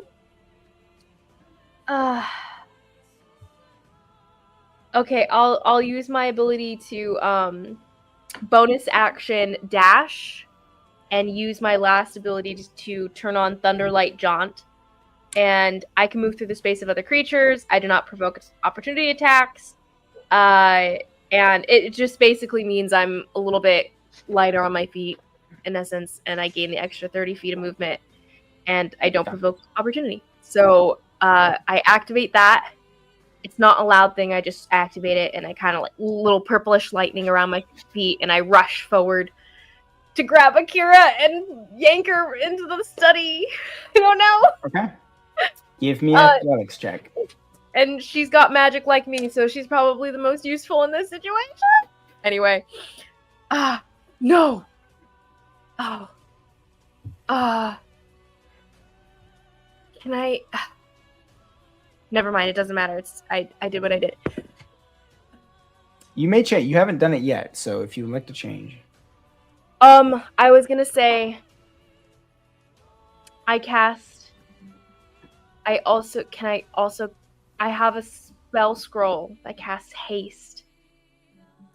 That's all I got. Ugh. It is up to you. I'll allow it. You have one turn, so you could your movement plus your. It gives me actually, action. What'd you say? Yeah, I would say actually no. You would have to do one or the other, dragging her or doing the haste. Okay. I'll give myself haste instead for this moment. So I cast haste on myself. Okay. Spell scroll. What are you doing for haste? I don't even know. Okay. Yeah. So I use the haste, and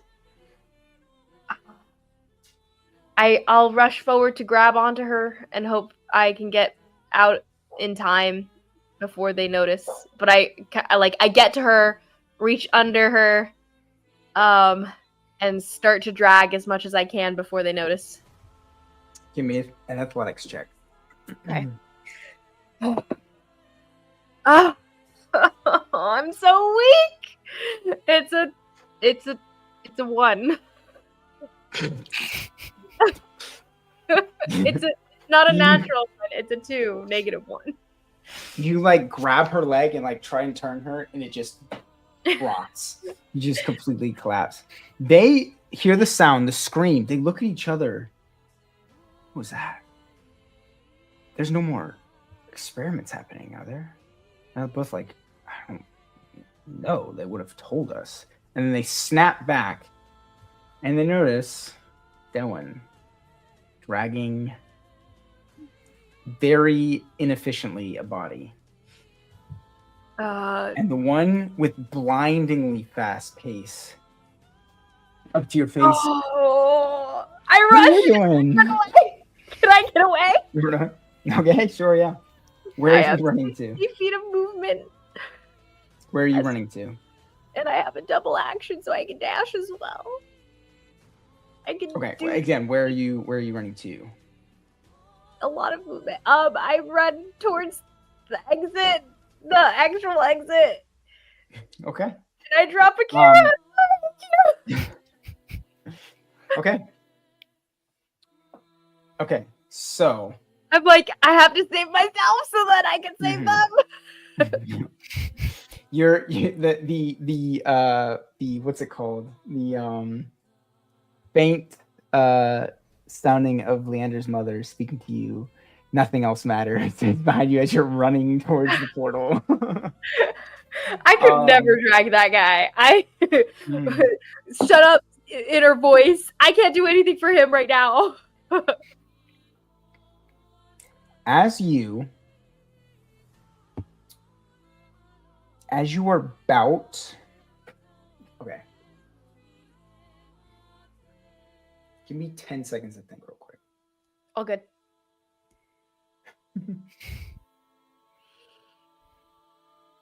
I make a run. for it. As you reach the portal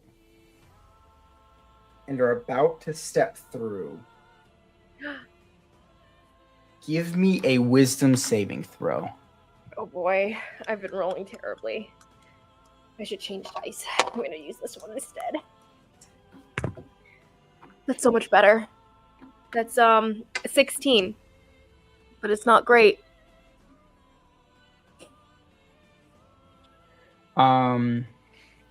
Okay, Oh, 17. 16. I have a +1 on all of them. 17, got it. You, as you are reaching the edge of the portal, you take one step, and all of a sudden your body seems to waver, and the air around you becomes viscous and oily and muddled. It feels like you're walking through molasses. And you see ripples almost in the air exuding from the portal itself out towards you. And you see the two angels are chasing after you with just as much speed as you had. And you see you get to the portal and you're almost stopped and you're barely reaching through. And you see the ripples go past you and it hits them and they as well go and freeze. And they, what have you done? And you see they start reaching for you and you start stepping through the portal, but it is like running through molasses. You are swimming in through here. You get out into the portal. You at this moment mechanically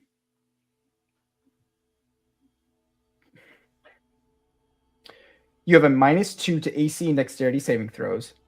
Your speed is halved. You can't use reactions.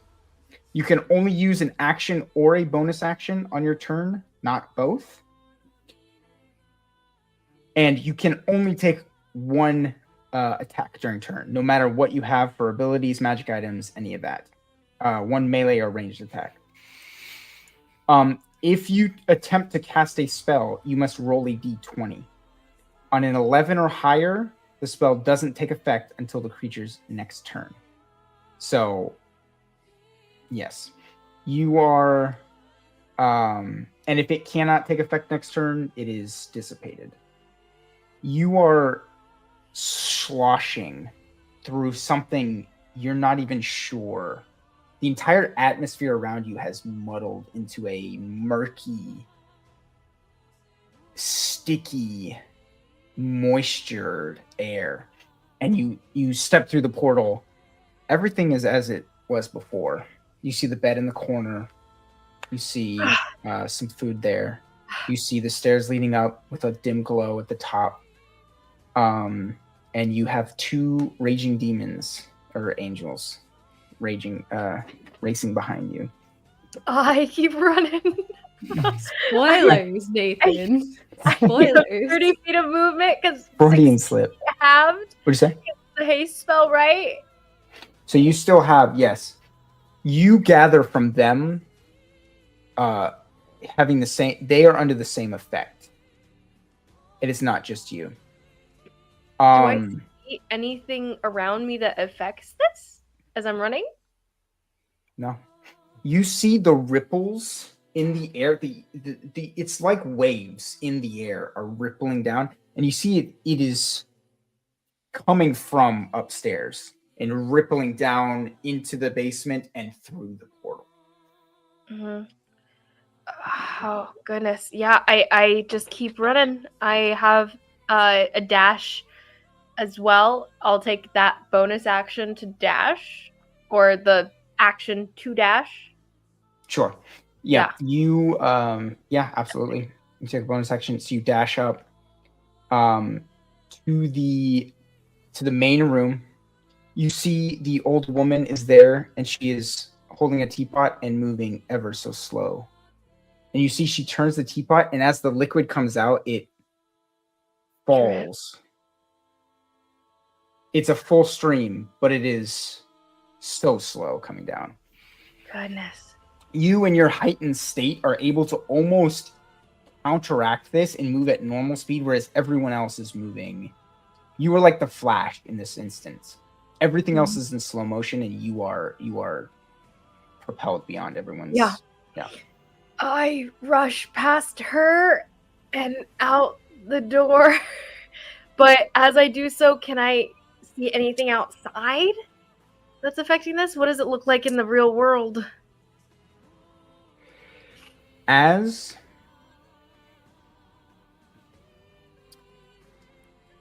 you reach the top of the stairs, you hear screaming outside and wailing.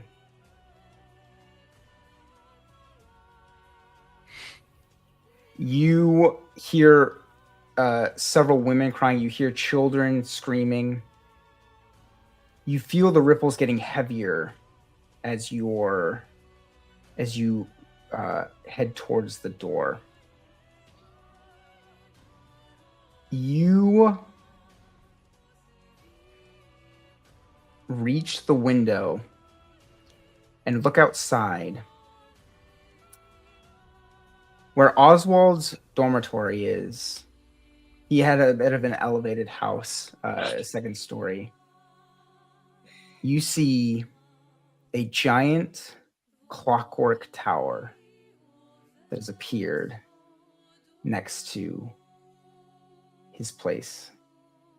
You see people now in a slowed haste, running and scrambling. You see Oswald on a balcony in front of a figure. Give me a perception check. I'm terrible at this. Damn, you're the worst person. I'm just kidding. Do I recognize the history of this clock tower? Do Like I know said, anything about religion? selectively active.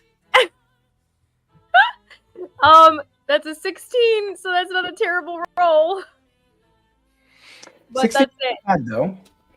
You see ornate carvings on the base. It is beautiful oak with cogs interspersed between the fibers of the wood. You see almost like pulsing veins traveling through this as well. This is a beautifully crafted organism. It seems to be alive, and you see a giant door at the base of it. At the top, you see a brilliant clock face, and you hear a gong sound out, and with it, you feel the reverberations pulse in the air, and you feel another hit of slowing. You see up above you, Oswald is on his knees with a child that you recognize. The child that was ill and destined to die. Kneeling before a creature you have never seen the sort of. It is a mechanical body, cogs and workings, metal beams supporting the arms. The center of his chest is one giant cogwheel that click, click, turns around. And you see the only organic bit is a brain centered around many clamps into it. You see it is in a slowed state. This is happening. You see the child is limp in the mayor's arms, and you see the doors behind this mechanical creature open, and at a normal speed you see two other mechanical creatures, with one of them seems maybe some skin on the left arm as organic and the rest mechanical, and you see another one with like a liver that's kind of barely held together with a bunch of spokes and wires plugged into it. And they both come out and take the child out of his arms. You see the creature up top looks down and meets your gaze, and then turns to walk into the clock tower. And with that, we will end tonight's session. Oh my gosh. Oh my goodness. Okay. Can I make a small retroactive perception check on something, or like intelligence? I don't care what. I just want to be able to roll for it. Sure. On the sick child, and if that resembles anything like what Leander's dad was sick with.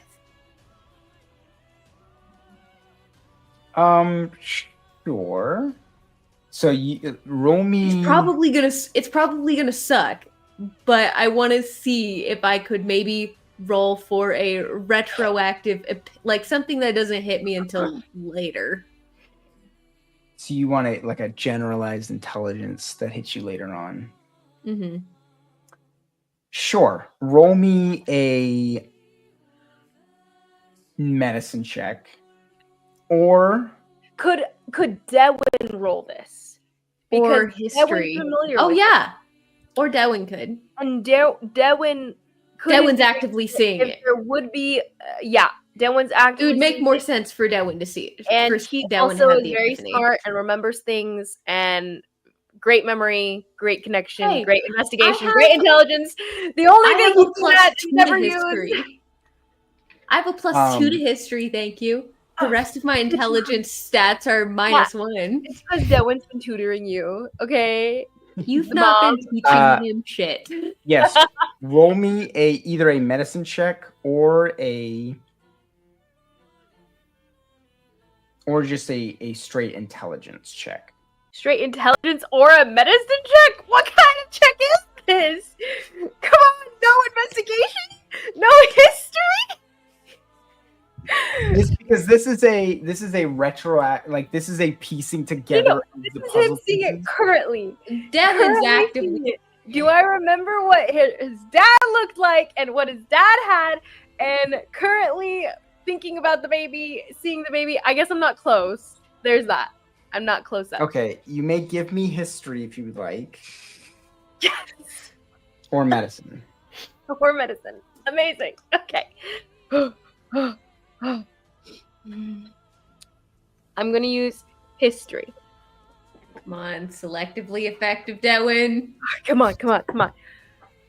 Okay, that's not a bad roll. And you said it was at disadvantage? No, it's a straight roll. Straight roll? Amazing. Then it's a 23. 23. Mm-hmm.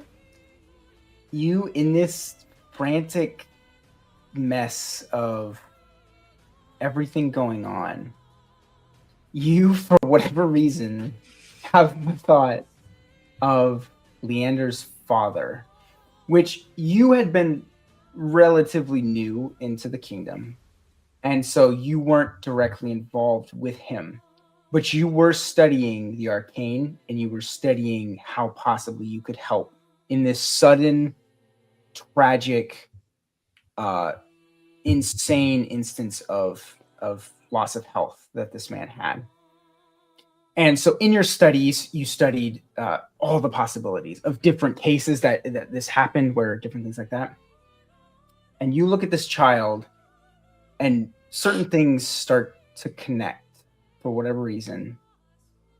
And you think possibly there's some connection. Possibly this looks similar. The gray, almost translucent look to the skin. The veins that almost turned greenish in color. It was almost like a delayed just sucking of the soul. And you see it looks a lot like Leander's father. And with that, we will cut it off. Oh my god, just flames climbing my face on the sides of my face. That's wild. Well, okay. I'll end the live.